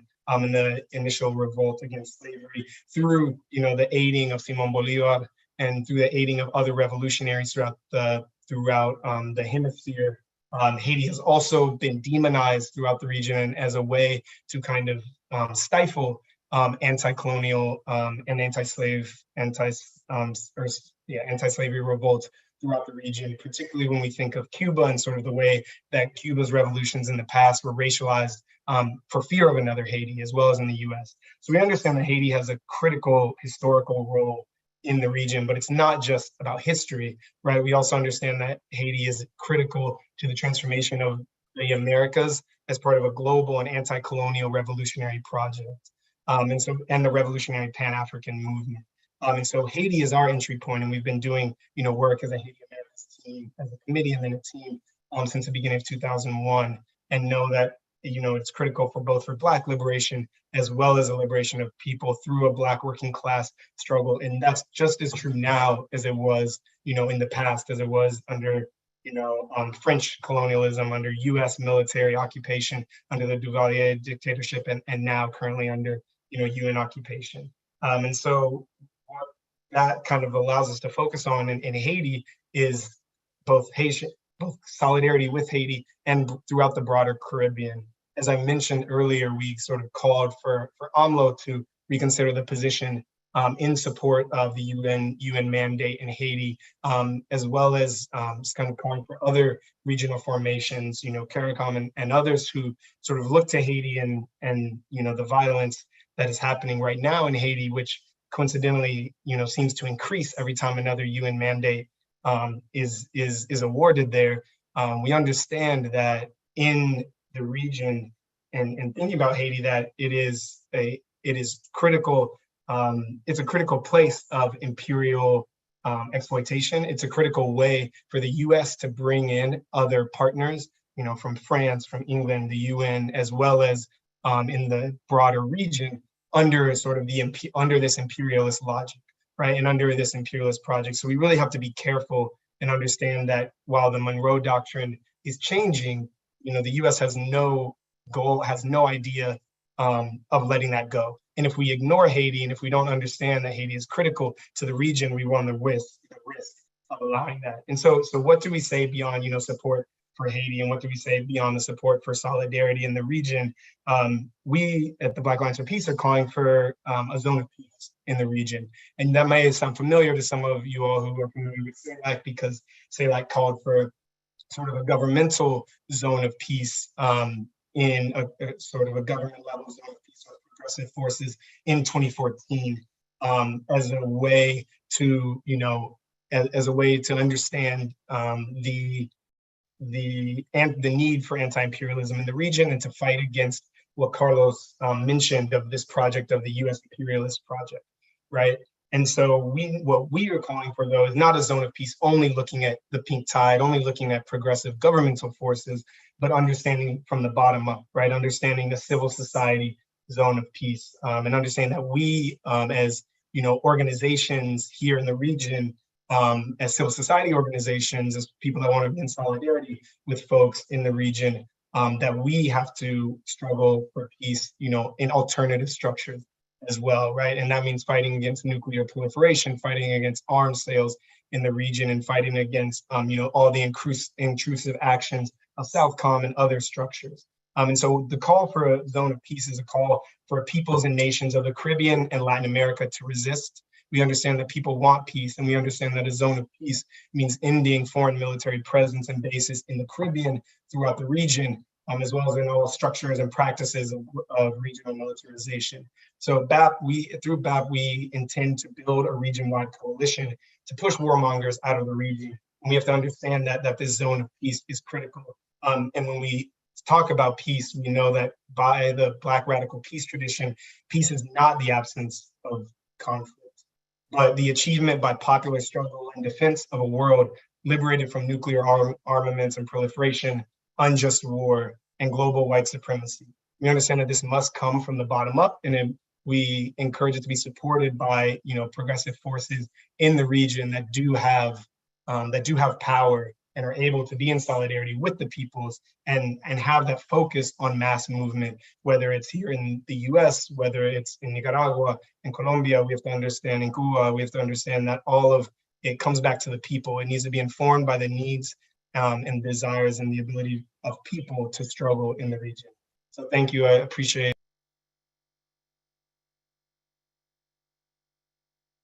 Thank you very much, Austin, for reminding us of the critically important issue relating to Haiti. And I think a critically important limitation, historical though it may be, but nevertheless limitation of the left in Latin America today. And I think we must take that on board if the left is to advance. So I think that was a very important reminder. And who knows, perhaps we should have a discussion about Haiti specifically in the IMG here. So thank you again very much.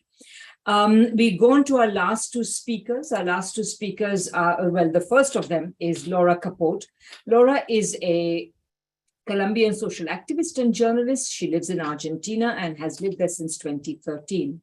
She holds a degree in communication sciences from the University of Buenos Aires and is currently pursuing a master's degree in international relations at the University of La Plata. She's responsible for the Secretariat of Political Formation of the Continental Articulation of Social and Popular Movements towards ALBA, and is a member of the Colombian Critical Thinking Group of the Institute of Latin American and Caribbean Studies at the University of Buenos Aires. She's a member also of the team of the Observatory of Latin America and the Caribbean Situation, OBSAL, which is run from the Buenos Aires office of the Institute. So Laura, it's great to have you. Please take the floor. Hi, everybody. Hi, Radhika. It's okay, the sound? It's very good. Thank you. Okay, perfect.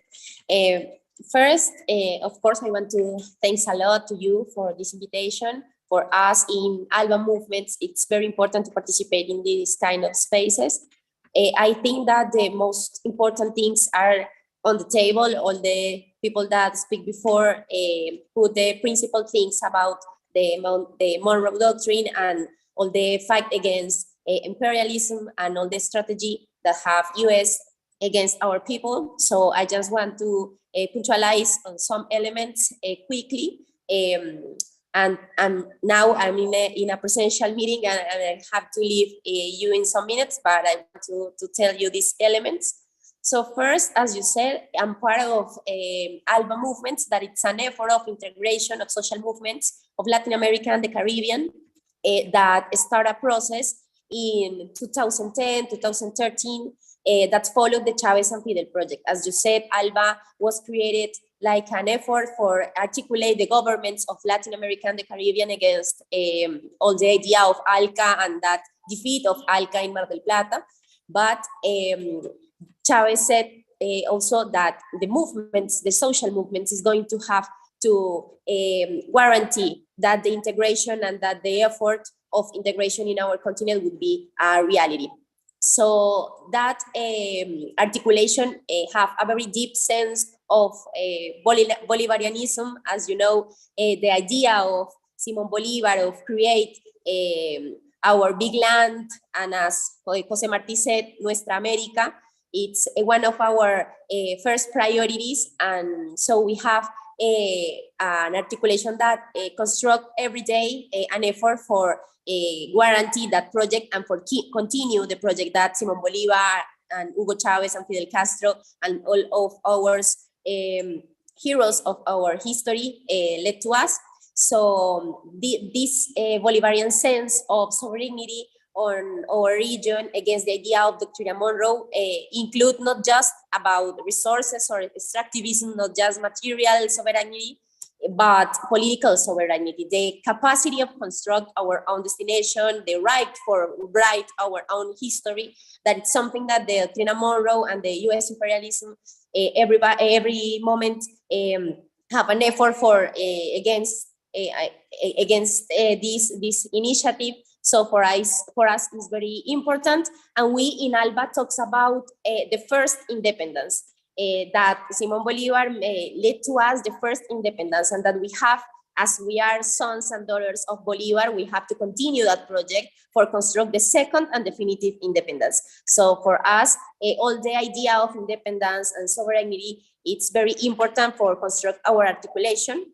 And all the different versions or name that the Doctrine Monroe has, because we know that, as all the comrades said before, the US project has different names and different faces and masks, but we know who is the real enemy and we know who is behind those interests. So for us, it's very important to show what's the real face of US imperialism and what is the real face of that project in our continent. So we in ALBA, we construct every day an integration and continental integration with that view of our continent, and that we have the most important thing, putting the respect of the autonomy of the movements, but the idea that that project, continental project, have to articulate our elements, the elements that we have in common.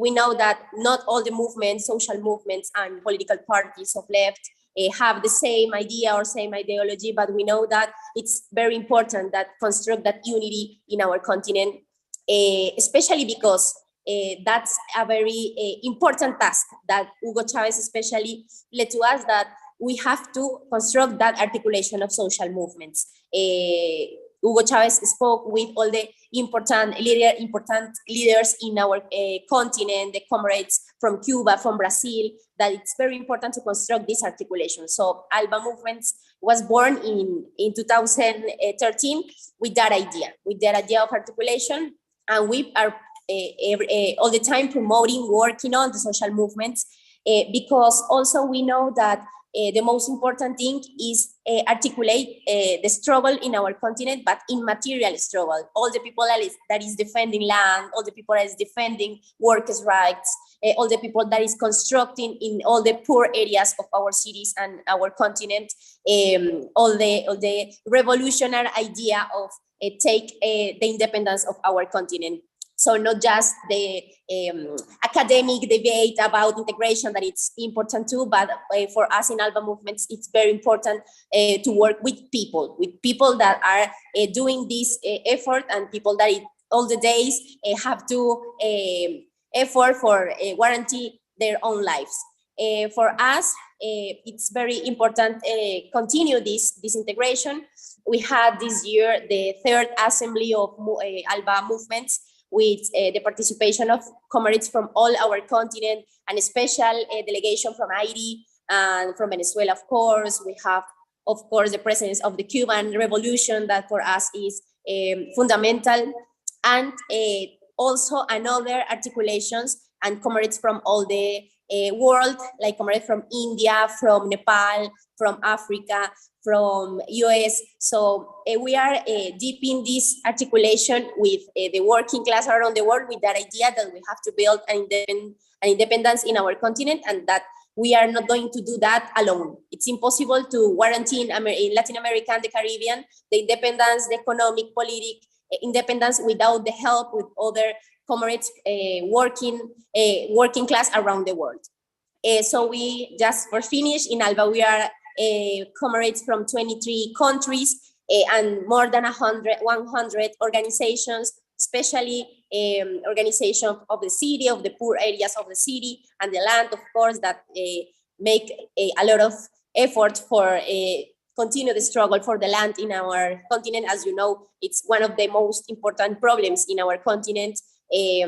And we think that with that idea, and with the fight, especially the fight with the working class and the struggle from below, we are going to guarantee this project of Bolivar. All the time we say that Bolivar is not a name, is not a hero, is not an immaterial hero, an ideal thing. Bolivar is alive. Bolivar is where we are. Bolivar is where the people's struggle are. So Bolivar is alive all the days, stay here with us as Chavez, as Fidel, and as all our heroes and all comrades that led our world to change. That's it. Thank you so much. Thank you, Laura, for that very energetic and excellent speech, recalling that these matters are not just questions for governments, but also for people's movements. So it's wonderful. Thank you very much, and thank you for your efforts. Now we go to our final speaker.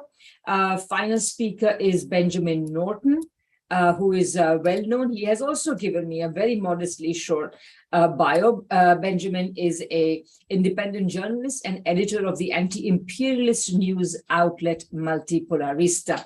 He lives in Latin America. Ben, please go ahead. Thank you for having me. It's always a real pleasure being here. Everyone can hear me well, right? Yep.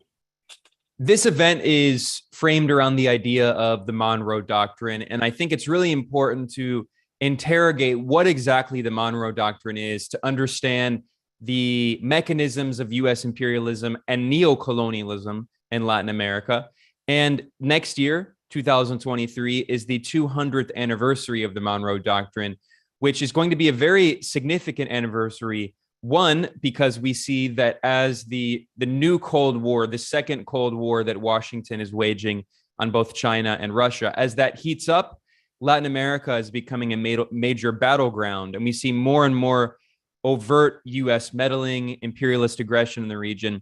But it's also important to discuss the 200th anniversary of the Monroe Doctrine, because when we frame it in that context of the Monroe Doctrine dating back to 1823, we can very clearly see that the legacy of European colonialism has its direct parallel in US colonialism and neocolonialism in the Americas and in the Caribbean. At the same time, when the British Empire was colonizing South Asia and large parts of Africa and Asia, as the French were colonizing North Africa and other parts of West Asia, this moment in which there were the rise of the classical European empires, the United States declared the Americas, South America, Central America, and the Caribbean, to essentially be its colonial sphere of influence. And yet, the US empire, I think one of the things that's most unique about it is that, unlike empires before it, it pretends to not be an empire. The United States always claims that it is not an imperial power, that it's a democracy, that its colonies are not colonies, they are commonwealth, similar to this kind of British idea of the Commonwealth, but that they're, protectorate, countries that, supposedly aren't colonies. So Puerto Rico is a good example. I mean, it's this administrated territory. It's not actually a colony. They're clearly colonies. I mean, the United States has multiple colonies, and some of those colonies actually became states, Hawaii. The reality is that the United States has always been, at least for 200 years at least, and from its very origins, of course, in settler colonialism, it has always been an empire similar to the European-style colonial empires.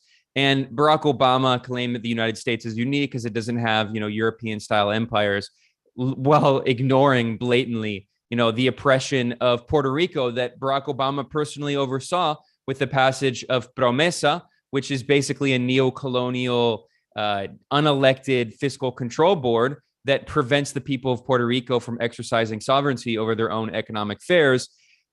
Puerto Rico's finances are controlled by this board, this unelected board of people from the United States who are not Puerto Rican, some of whom are like right-wing think tank operatives at the American Enterprise Institute.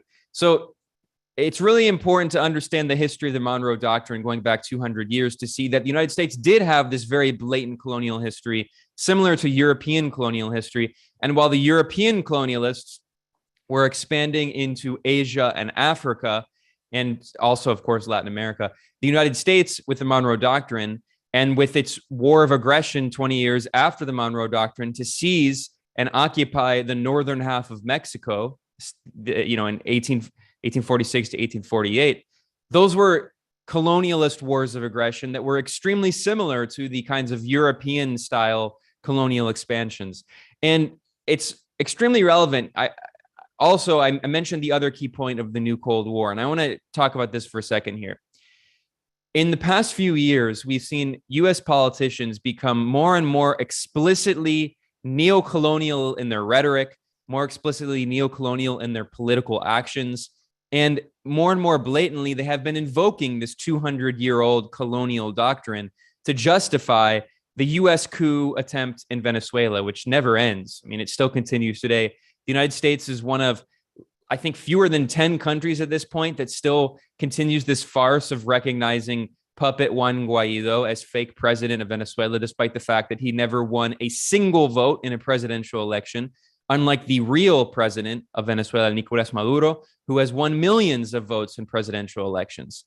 So, of course, in the blatant coup attempt in Venezuela, we see this, but we also see that this in U.S. attitude in general toward the region.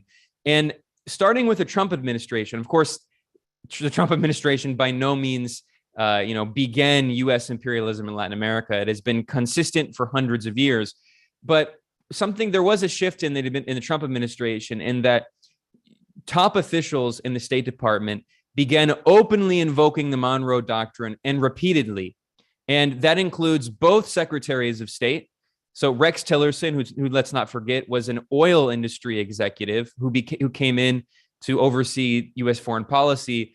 And we can't ever forget the key role of the U.S. attempt to control hydrocarbons and other natural resources in the region, and being a significant motivating factor in the coup attempt against Venezuela. The control of lithium in the briefly successful coup in Bolivia, which of course was backed by the United States in November 2019. So also, we've been talking about Chile. Chile also has significant mineral reserves in addition to lithium, but copper, and that being a significant role in the infamous 1973 coup against Salvador Allende and the Anaconda Company.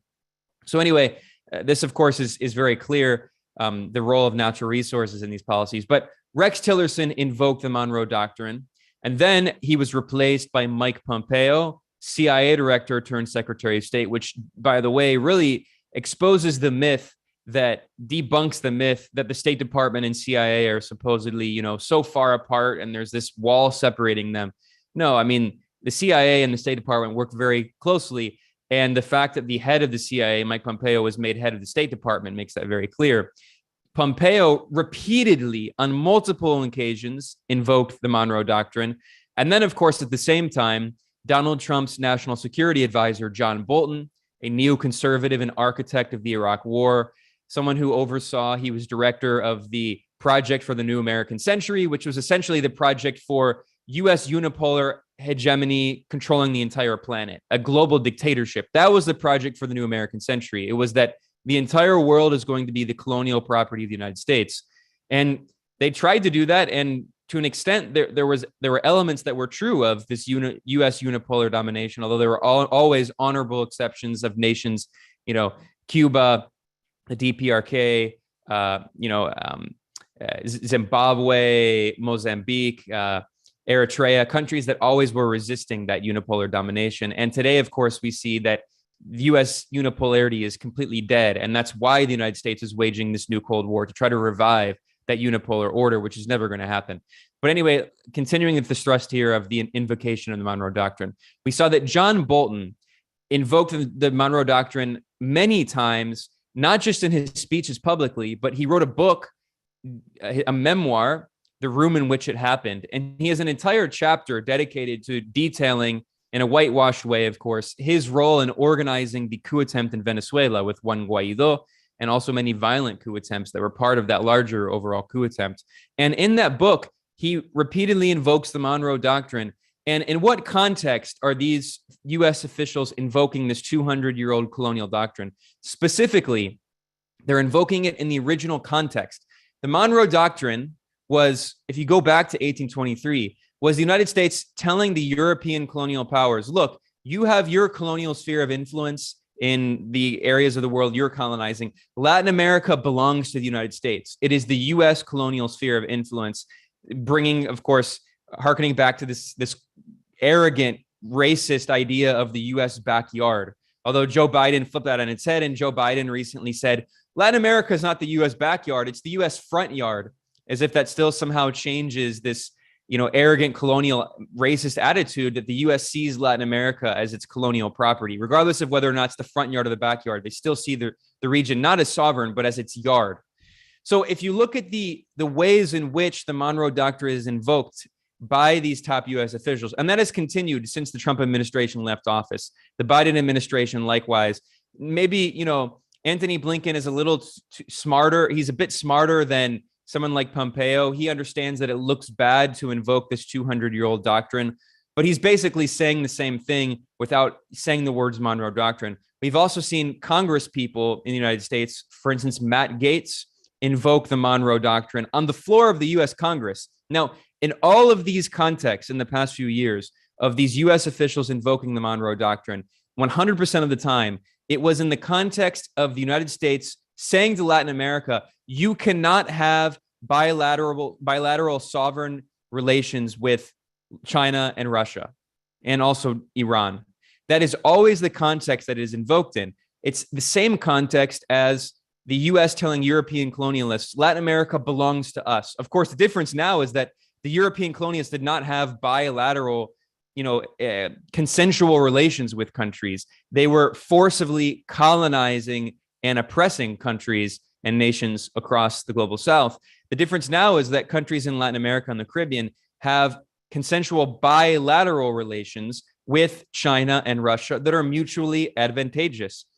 Chinese diplomats refer to it as the concept of win-win cooperation, mutually beneficial cooperation. The reason that China can do that is because China has a socialist government governed by a communist party, and their foreign policy is not dictated by capital, by the interests of capitalists, by what its corporations want, unlike, of course, US foreign policy, which is dictated by Wall Street.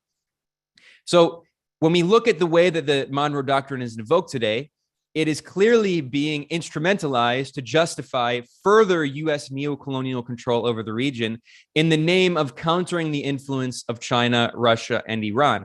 And we see this directly reflected as well in the statements of US government officials, the Pentagon, insofar as their national defense strategy. The Pentagon in 2018 published a new national defense strategy that says that China and Russia are the main so-called threats to US national security. They also added Iran and the DPRK.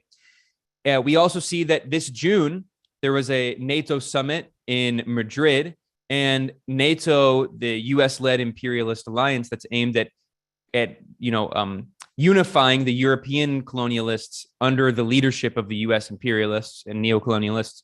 We see that this NATO defense strategy, the strategic blueprint that they documented, they call it the strategic concept. This was the first NATO blueprint adopted in 12 years. And it says very clearly that Russia is the main threat to NATO and China is the main strategic competitor. So again, reaffirming this idea of the new Cold War, the second Cold War on China and Russia. And in that new Cold War, the United States is turning Latin America and the Caribbean into an imperialist battlefield. Now, this is not something that the region has asked for, of course. The region wants mutually beneficial relations. And as you'll listen to many leaders in the region say, of course, they deeply oppose US imperialism and its arrogant imposition of policies that they don't support, but they do want mutually beneficial consensual relations. And if the United States is willing to stop acting as this neo-colonial emperor and actually have mutually beneficial relations, these countries in the regions will be willing to have those relations. We've seen that repeatedly, even from revolutionary leaders, Maduro, Ortega, Díaz-Canel. They've made it very clear they want to develop their countries. They want what's best for the peoples of their countries. But the United States, of course, is not interested in development. It's interested in de-development, in underdevelopment, and in overexploitation, because its foreign policy is not dictated by the interests of people. It's dictated by the interests of capital. So I think it's really important. I just wanted to kind of briefly do an overview there. Of course, there are historians who understand early 19th century US politics much better than I do and can go into much more detail about the historical background of the Monroe Doctrine. But I think it's really important to understand the Monroe Doctrine in the context of the classical European empires and the United States basically saying that we too have these colonial interests. We also have a very similar foreign policy, just like the colonialist foreign policy of the British Empire, of the French Empire, of the German Empire. While they were carrying out these genocidal actions in Africa and Asia, the United States was doing something very similar in Latin America. And of course, at the same time, through manifest destiny, the United States was expanding westward. At the same moment when it declares the Monroe Doctrine, it is committing genocide against native peoples to create this empire from the Atlantic to the Pacific.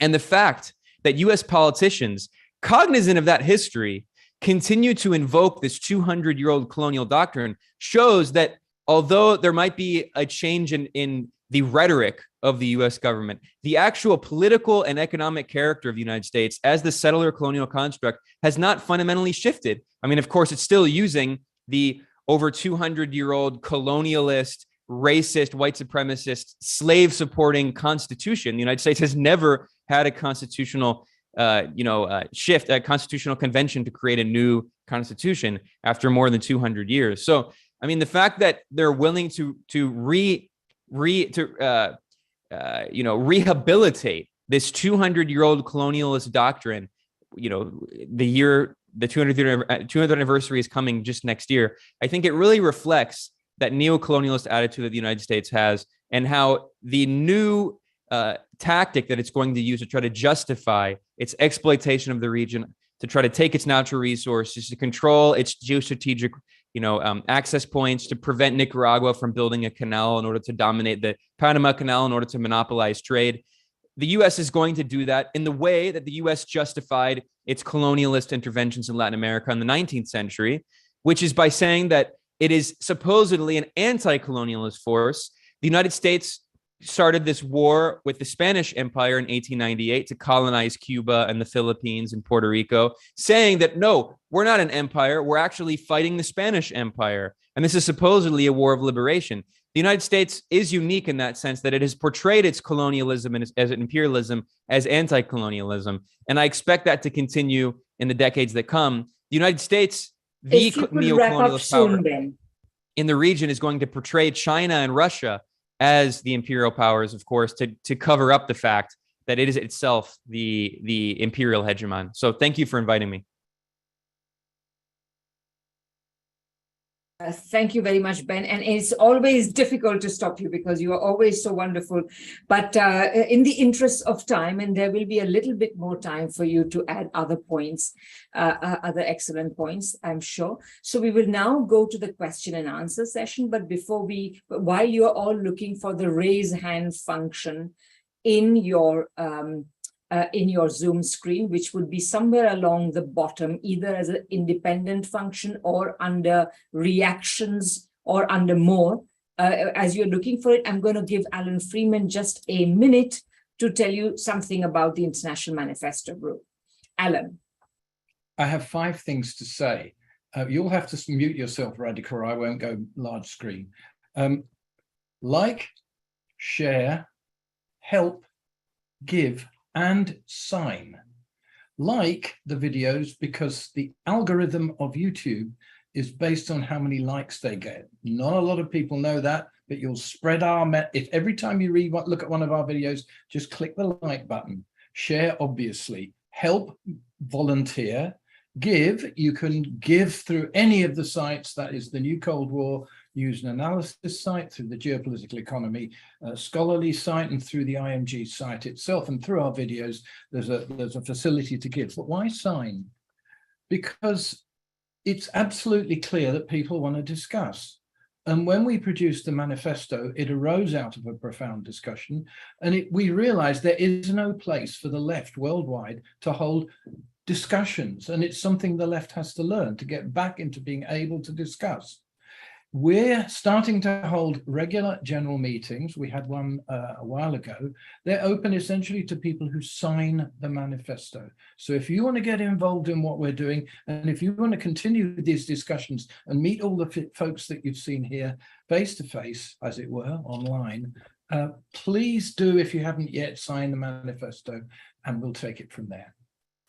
Thank you very much, Alan. So please put the all the relevant links in the chat. Okay, I have two questions. I'd like perhaps to take maybe three at a time, and then I will ask any of the panelists who wish to respond. Of course, a couple of people have had to leave, but many are still here, and I hope to have a really good discussion. I propose that we go up for about half an hour. Okay, so try to keep your questions concise and to the point so that we can have as much rich discussion as possible. I have Yuri, David, and Katerina. Yuri, please go ahead. Thank you, Professor. And here's my question. So my question is to Miss Escalante, but I also don't mind Arnold August and Mr. Norton's take on this, which is, given the ongoing Monroe Doctrine, Cold War imperialism that America, Canada, and its partners in crime inflict on Latin America, why, given such powerful people power movements and social justice movements, some which are even in power in Latin America, why doesn't the Colombian left, Mexican left under AMLO and the entire region end the discredited drug war, given the US and its allies use it as a noose and a leash to continue to dominate Latin American affairs? And I would also like Ms. Escalante, who has spent time in Turtle Island, and Mr. Norton's take on this as an American. What do you think it's going to take for the American left and its people power movements, left-leaning media, indie, and whatnot, to show more solidarity to Native Americans in the mainland and indigenous Hawaiians and Alaskans? Because the people power movements there are great on anti-imperialism, solidarity to queer, women's liberation, Black Lives Matter, Palestine solidarity, but has failed largely in speaking out and showing solidarity to indigenous folks still living under the ghastly settler colonial regime of racial capitalism. Thank you, Yuri. David, you're next. Thank you very much. I celebrate the tremendous work that must have been involved in Radhika and Alan's organization of this panel. And so I give you a virtual hand of applause for this, and I'm sure that many of the other people here. I think in this case, Arnold's, but yes. Well, I celebrate this, and I celebrate the event. Involved in but talking from Mexico, and actually responding in part to what Yuri said, I would like to focus. I would like to invite people to focus on the CELAC meeting in Mexico about a year ago. And I think that that's very, very important to understand, that the CELAC meeting in Mexico had the participation of virtually all the Latin American countries and did not invite the North American participation in that event. I think that it's extraordinarily important to understand that there is, among the Latin American leaders, a deliberate, a concerted effort to create an alternative view, to create an alternative organization which can promote the kind of things that we heard about in the first talk today by Chavez from Venezuela. That is, to intensify exchanges, to give greater role to the indigenous peoples, and more importantly, to mobilize the political and economic strength of the Latin American community, or as we call it here, the Abya Yala, to really provide a counterweight, which involves relationships with Russia, which involves relationships with China, and we see now with Iran and other parts of the world.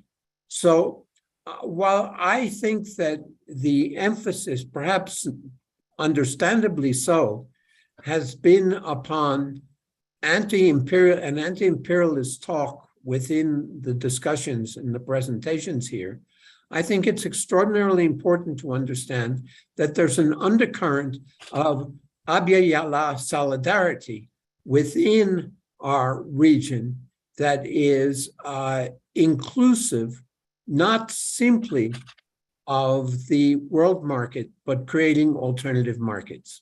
Thank you very much. Thank you, David. And Katarina. Oh, mine is a tiny contribution. I was listening about the Monroe Doctrine. I studied at school as something alien to Europe. But its metamorphosis now, this new left-wing Monroe Doctrine, the fact they use left discourse, left arguments for these Atlanticist ideals, and they are co-opting quite a lot of our discourse to create this compatible left, acceptable left, and Atlanticist left, which is extremely dangerous. And from your perspective and from the Latin American perspective, the UK is just a Western country. The UK has polio at the moment. There is rickets, malnutrition, hypothermia. We have the number of deaths, not just suicide, economical suicide, but deaths by natural causes is increasing. So the economy and the society is collapsing. And our left, our Atlanticist left, is splitting people up in what they call identity politics, which are human rights, and they are trying to force a generational and class and racial and gender divisions.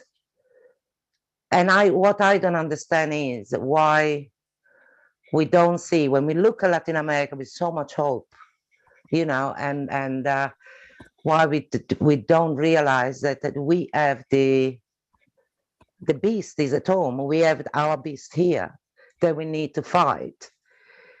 And I was wondering if Ben had any idea how, from the European perspective, we can fight our own demons, not just hope, for the Latin American Renaissance to save us all, because it's not.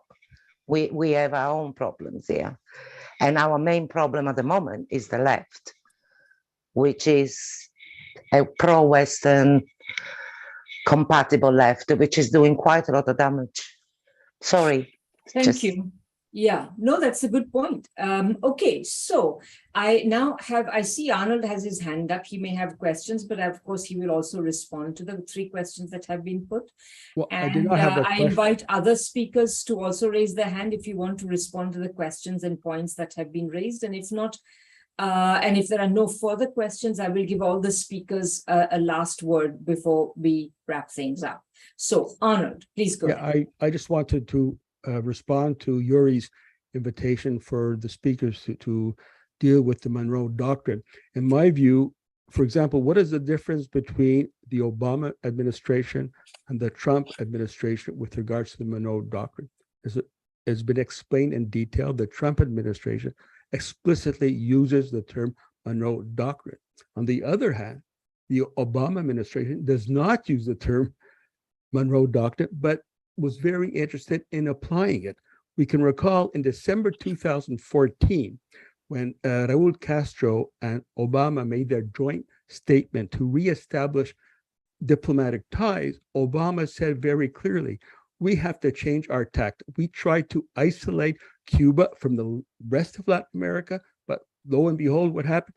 The United States was isolated from the rest of Latin America, and thus we have to have a new tactic that will allow United States to reestablish its influence in the United States, while of course not uttering a word about the Monroe Doctrine, but it is there. Thank you, Arnold. Okay, I don't see other questions, so perhaps in reverse order of speaking, may I ask the speakers who are still here to maybe give a very brief 2-minute closing reflections, and then we can bring this event to a close. Maybe we'll begin with Ben. Ben, please go ahead. Great questions. I'll go in order. One was about the war on drugs and why Colombia and Mexico have continued. Well, actually, I mean, they haven't really.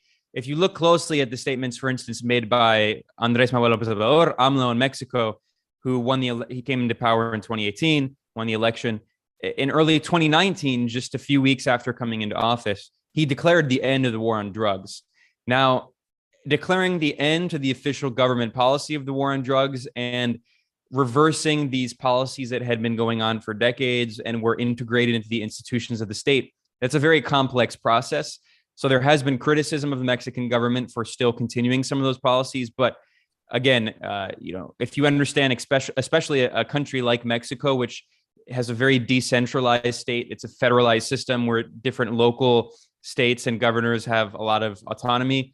It's very difficult to end a policy like that, especially considering how deeply ingrained the drug trade is in the Mexican political system, how closely linked it is to different political parties. And that's especially true for Colombia.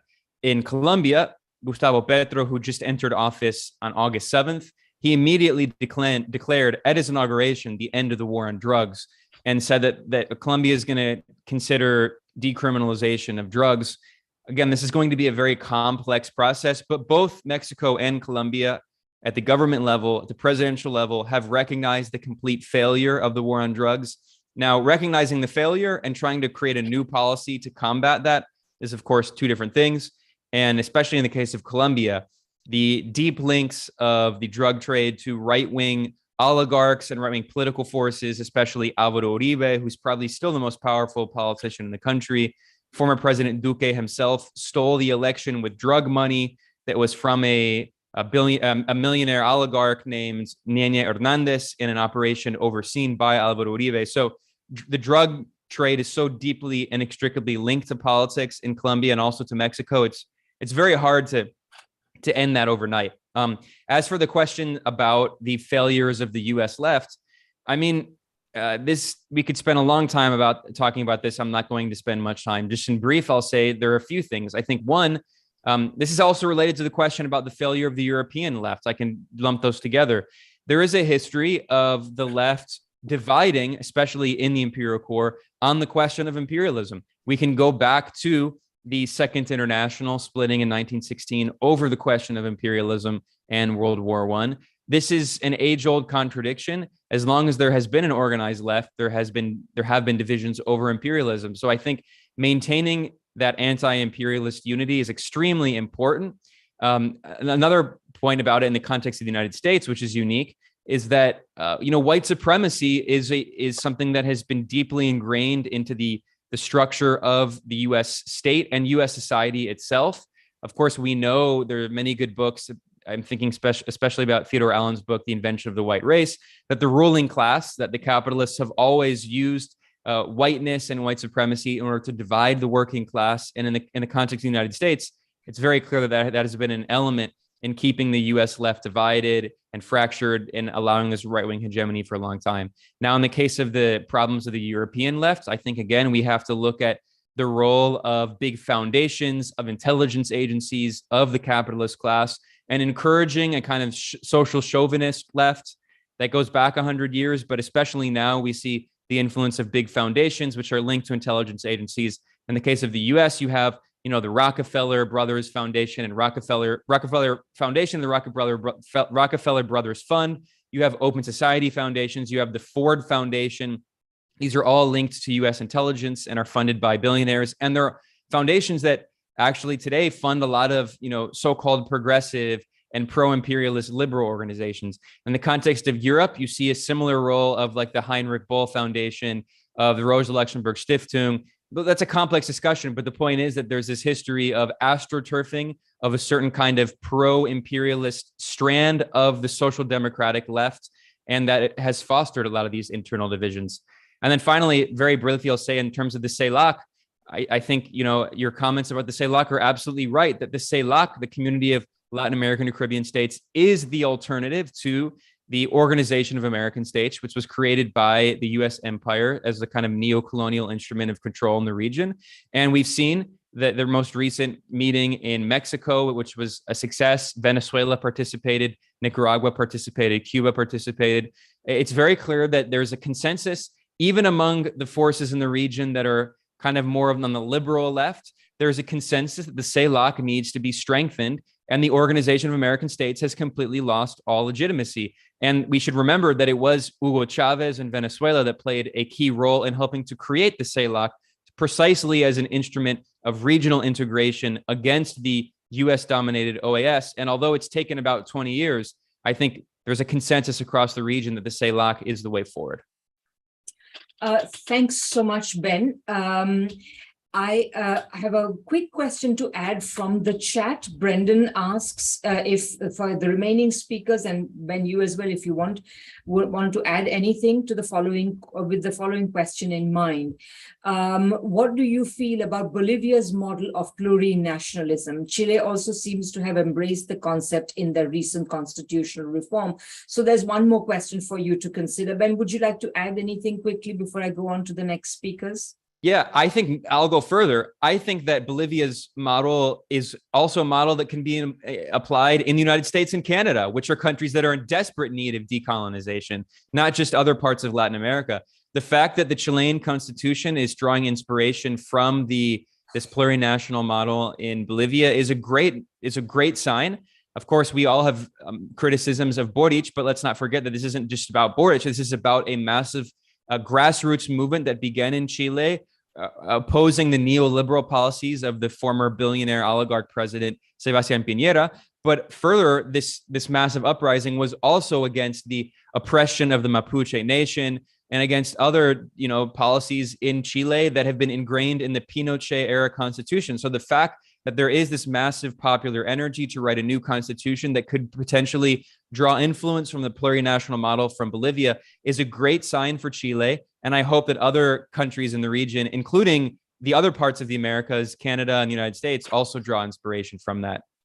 Excellent. Thanks, Ben. And I should add that just as you were beginning your answer, the second part of Brendan's question came in, which is how does the model empower indigenous nations? Can we learn from the model in North America, which is precisely what you absolutely picked up on. So thank you. Laura could not, of course, be here, as she said. So I would like to go next to Austin Cole. Austin, please take the opportunity to respond and make any closing remarks. Yeah, thank you, Ms. Radhika. Yeah, I'll follow up with Ben's comment just now on the question that was just asked. I think it is an important opportunity to think about, the kind of the plurinational state, to think about different alternative structures of governance, alternative understanding of human rights, the rights of the earth, and as you will, however you call it, right? Whether it's Buen Vivir, Vivir Sabroso in Colombia and other things. I think it's critical that we kind of embrace this understanding of different ways of forming government and consensus, and different ways of understanding people's needs and rights. But also we have to understand that we, can't just look at things like, there's Ley 70 in Colombia that, gives rights to Afro-Colombian peoples and land, and it's an important opportunity, but we can't stop there, right? Everything that we focus on, and I think Laura had mentioned this as well, must be rooted in sort of the working class and the needs and the needs and the material kind of conditions of the working class across the board, right? And not a working class that we kind of say and just give a broad kind of sweeping, understanding that's just based maybe on income or things like that, but also a strong understanding of the way that oppression happens, right? And the way that throughout the Americas and throughout the world, and the domination of US imperialism and global capitalism, right? And so understanding, taking that framing of the working class, the needs of the working class in the Americas is critical, and the oppressed classes in the Americas from a racial and ethnic standpoint, and gender as well, I think is a critical point to all of these opportunities, right? Because if we think about that, then it's less about Boric, it's less about Petro in Francia and Colombia, it's less about AMLO, and it's more about how are we actually using those opportunities in the frameworks of any of these countries to kind of push forward mass movement and to push forward the understanding, and the work of mass movement on the ground, right? And so I think sort of in kind of closing, well, two things actually. I think Ben also brought up the kind of social chauvinist left, and I think that's really important to this question of the European left and the US left, because it's very easy to stay in this realm of consolidating resources and power in NGOs from a nonprofit perspective, and kind of convince ourselves that through that we are going to get free, when we understand that that is not the way to liberation, right? The way to liberation is through building mass movement, right? It is through building coalition and building people power, right, throughout the region, right? And so we can't be kind of tempted by this idea that if we fund the right organizations, or if we work with the right foundations to have a 3-year strategy that can get $1 million, that's the way that we are going to get free, and that's the way that we're going to fight US imperialism in the region, right? And so I think that kind of all points to getting away from this white supremacist and global capitalist construct of the way that we think about struggle.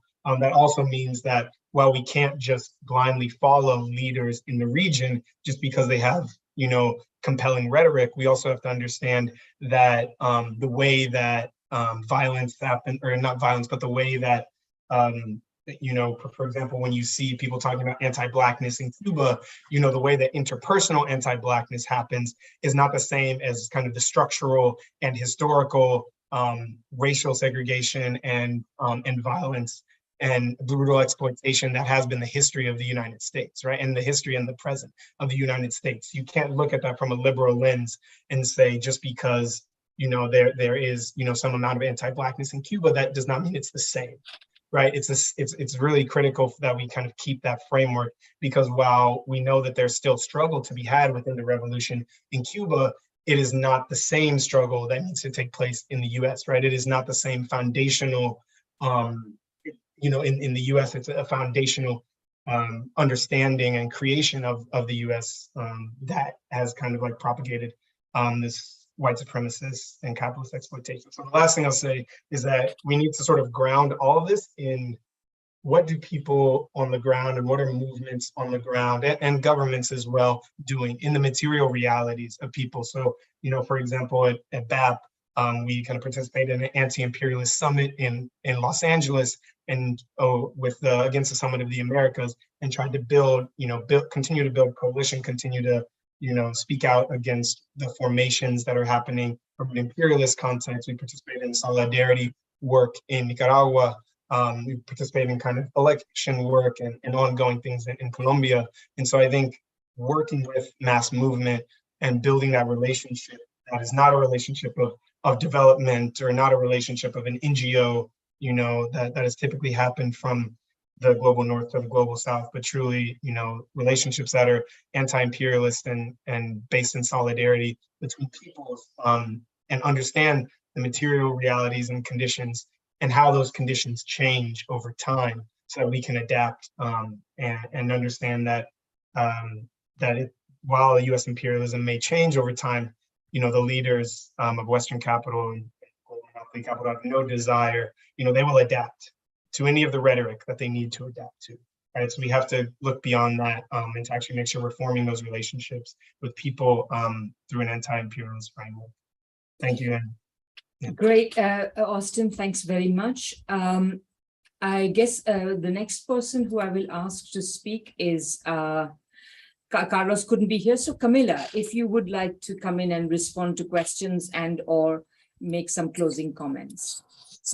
I'm happy to go with answering the questions. As far as I agree with Ben and Austin. So I just wanted to make my closing statements on Brazil, because I'm in northeastern Brazil now, and I'll be here covering the elections. And I want to stress the importance of the Brazilian elections that are going to take place here on October 2nd, and of course, invite everyone to join the International Manifesto Group's upcoming panel, I believe September 11th, on Brazil elections, because we can't discuss the alternative to the Monroe Doctrine and the OAS and this idea of a multipolar world without thinking about what those poles are going to be. Will the US, the EU, Russia, and China be the only poles? Are we going to have a pole in Latin America and the Caribbean? Or are we just going to be tagging along with what China and Russia does to help our countries? I see Brazil, the country with the highest population, the second highest population on the American continent after the United States, as perhaps the most strategically important economy on our continent, but it continues to be a blind spot to everyone. And I think we're dealing with a lot of big questions here in Brazil, a lot of contradictions as well. But one of the things that the PT and this massive coalition of parties and social movements, which is going to take Lula back to power, is, grappling with is, what is it going to take to take state power? We have parties and leaders of parties that have absolutely slandered each other in prior years coming together to bring the PT back into power. And, they know that this grand coalition has to be built. And it's very difficult to change, years held policies in a country overnight. And so, there are numerous contradictions that the political parties and social movements have had to grapple with during these years. And the debates are being held here among the people. I think it's very important that people know on the exterior that it's not necessary for the United States and, gringos on Twitter to bring up all of these different issues, because these are things that people are dealing with here, whether or not people discuss it on the exterior. And it's a very inspiring process that's taking place here. Brazil is the largest food producer, Brazil is the third largest food producer in the world, and it's the world's top exporter.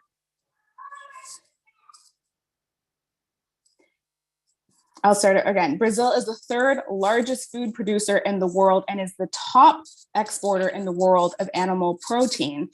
And a return to power of the Workers' Party will open possibilities that we've not even discussed anywhere in English, at least, in terms of taking steps to improve immediately the living conditions of Brazilians who face an alarming level of food insecurity, who don't know what their next meal is going to be. And Brazil ended up back on the hunger map when the coup took place in 2016 against Dilma, and we saw neoliberalism installed once again in Brazil. There's a lot at stake right now. And this presidential ticket is proposing the implementation of industrial ISI policies that we've seen successful in other countries.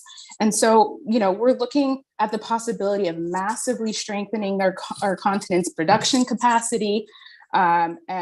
And that's not to mention Lula's proposals for things like a common South American currency. And so I think it's very important to bear in mind the doors and the possibilities that are going to be open if we can get this coalition, this party into power here in Brazil. It's not really a question anymore if whether other people on the exterior believe that they're revolutionary or not. Lula and the people around him may not be Fidel Castro. That is true. This is not a communist party. It may not be a communist government that's going to be returning, but I think we need to really look at what this means to have a country of 200+ million people getting a government like this back in power, what it means for our entire region, what it means for the possibilities of our continent to have better relations with countries like China, what that could bridge for us. So again, inviting everyone to this next upcoming panel on Brazil. Thank you. Always, as always, Camilla, intellect combined with commitment. You're always very inspiring. Thank you. I have Robert, who has a question. Robert, if you want to be brief, I will then ask Arnold to speak. And if anyone else wants to jump in on your question, I will ask them. Oh, thank you, Radhika. I was just wondering what Camilla thinks of that Bitcoin deal in El Salvador. Okay, thank you. Camilla, since the question's for you, I think I'll ask you first and then I will go to Arnold. Well, we just published an interview with two comrades, both economists. One of them is a feminist economist in El Salvador. Her name is Tatiana Marroquin, and the other one is Roberto Zapata. He's most known for being a very prominent LGBTI activist in San Salvador. And we asked them about what they thought about this implementation of Bitcoin as a legal tender in El Salvador. That is a change that took place in September of last year. So we're reaching the 1-year point. One of the things they said to us is that it has been extremely costly. It cost $200 million US in order to roll this out. That's installing these Bitcoin ATMs everywhere. The Chiva wallets, this crypto wallet that they created. And, they said, for one, that this wasn't responding to any real economic need of the Salvadoran people. What was it addressing is their question. What was President Nayib Bukele addressing when he decided to roll out this economic policy that would affect every single Salvadoran citizen? It was not a demand from any of the social movements or the people in general. And in fact, they went to Nayib Bukele's advisors and people went to a Bitcoin conference in Miami, Florida, and this is where they got the idea for it to be legal tender. It hasn't in any way changed, the way in which people operate. People continue to use the US dollar, which is the currency of El Salvador. And one of the, promises would be that it would help with the, receiving remittances from the exterior. So many of us Salvadorans live on the exterior since the Civil War, since the conflict, and haven't been able to go back because of the lack of opportunity, the difficult economic situation, and namely because of the violence. So a huge percentage of the Salvadoran GDP comes from the remittances from the exterior, namely from the United States. And what these economists have told me is that now, according to the government data itself, only 1% or less of the remittances being received now are going through these electronic, these Bitcoin wallets. So it's not even being, so 1 year on, it's not being used for that. It's also, not in any demonstrable way resulting in any additional or heightened level of financial economic inclusion of people who, have been living precariously with precarious work and have dealt with all these issues going back to COVID and the lockdown and everything else. In no real way has it benefited anyone. And we're continuing to see these huge waves of people, particularly people in my age group, maybe even a little younger, who are heading northward. Everyone's dream is to go, live in Mexico or the United States. And everyone has to continue to learn English. There's no opportunity. So it hasn't made any difference that we can point to at this point 1 year on. Thanks, Camilla. That's great. So I guess, Arnold, we will end this by giving you the last word. Please go ahead.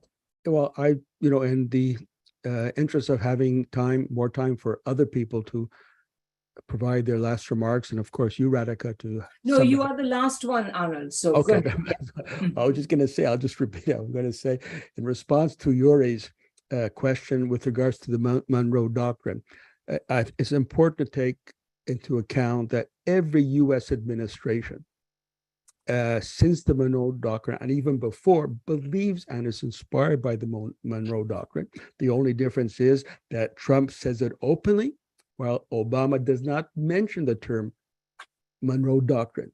Now, that same Obama who doesn't mention the term Monroe Doctrine, he also said very specifically that he believes in American exceptionalism in every fiber of his body. That is really the basic notion of US foreign policy from the time of the Pilgrims to date, that they consider themselves the beacon for the world, and different aspects come up, such as the Monroe Doctrine or whatever. But this is the basic policy of the United States, and thus it is up to the peoples of the world in Latin America, us in Canada and United States, to oppose US imperialism, not only in Latin America, but all over the world. Thanks. Thanks, Arnold. That was an excellent note to end on. So I would just like to say that, again, thank you, Arnold, for organizing this, for proposing it, organizing it. Thanks to all the speakers who came and gave such wonderful and inspiring talks. And thanks to everyone who was here, because if you were reading the chat, you can see that this has been another excellent seminar. And we hope that we know this will be watched by many others on YouTube. In closing, let me remind everybody to please watch out for our webinar on the Brazilian elections in 2 weeks' time. And when you go to the International Manifesto Group website, you can sign up, volunteer, etc., and you will receive our emails if that's not how you got. And you will always have updates of our events and events of our other organizations that we work with. So having said that, thank you all very much and have a great rest of the Sunday.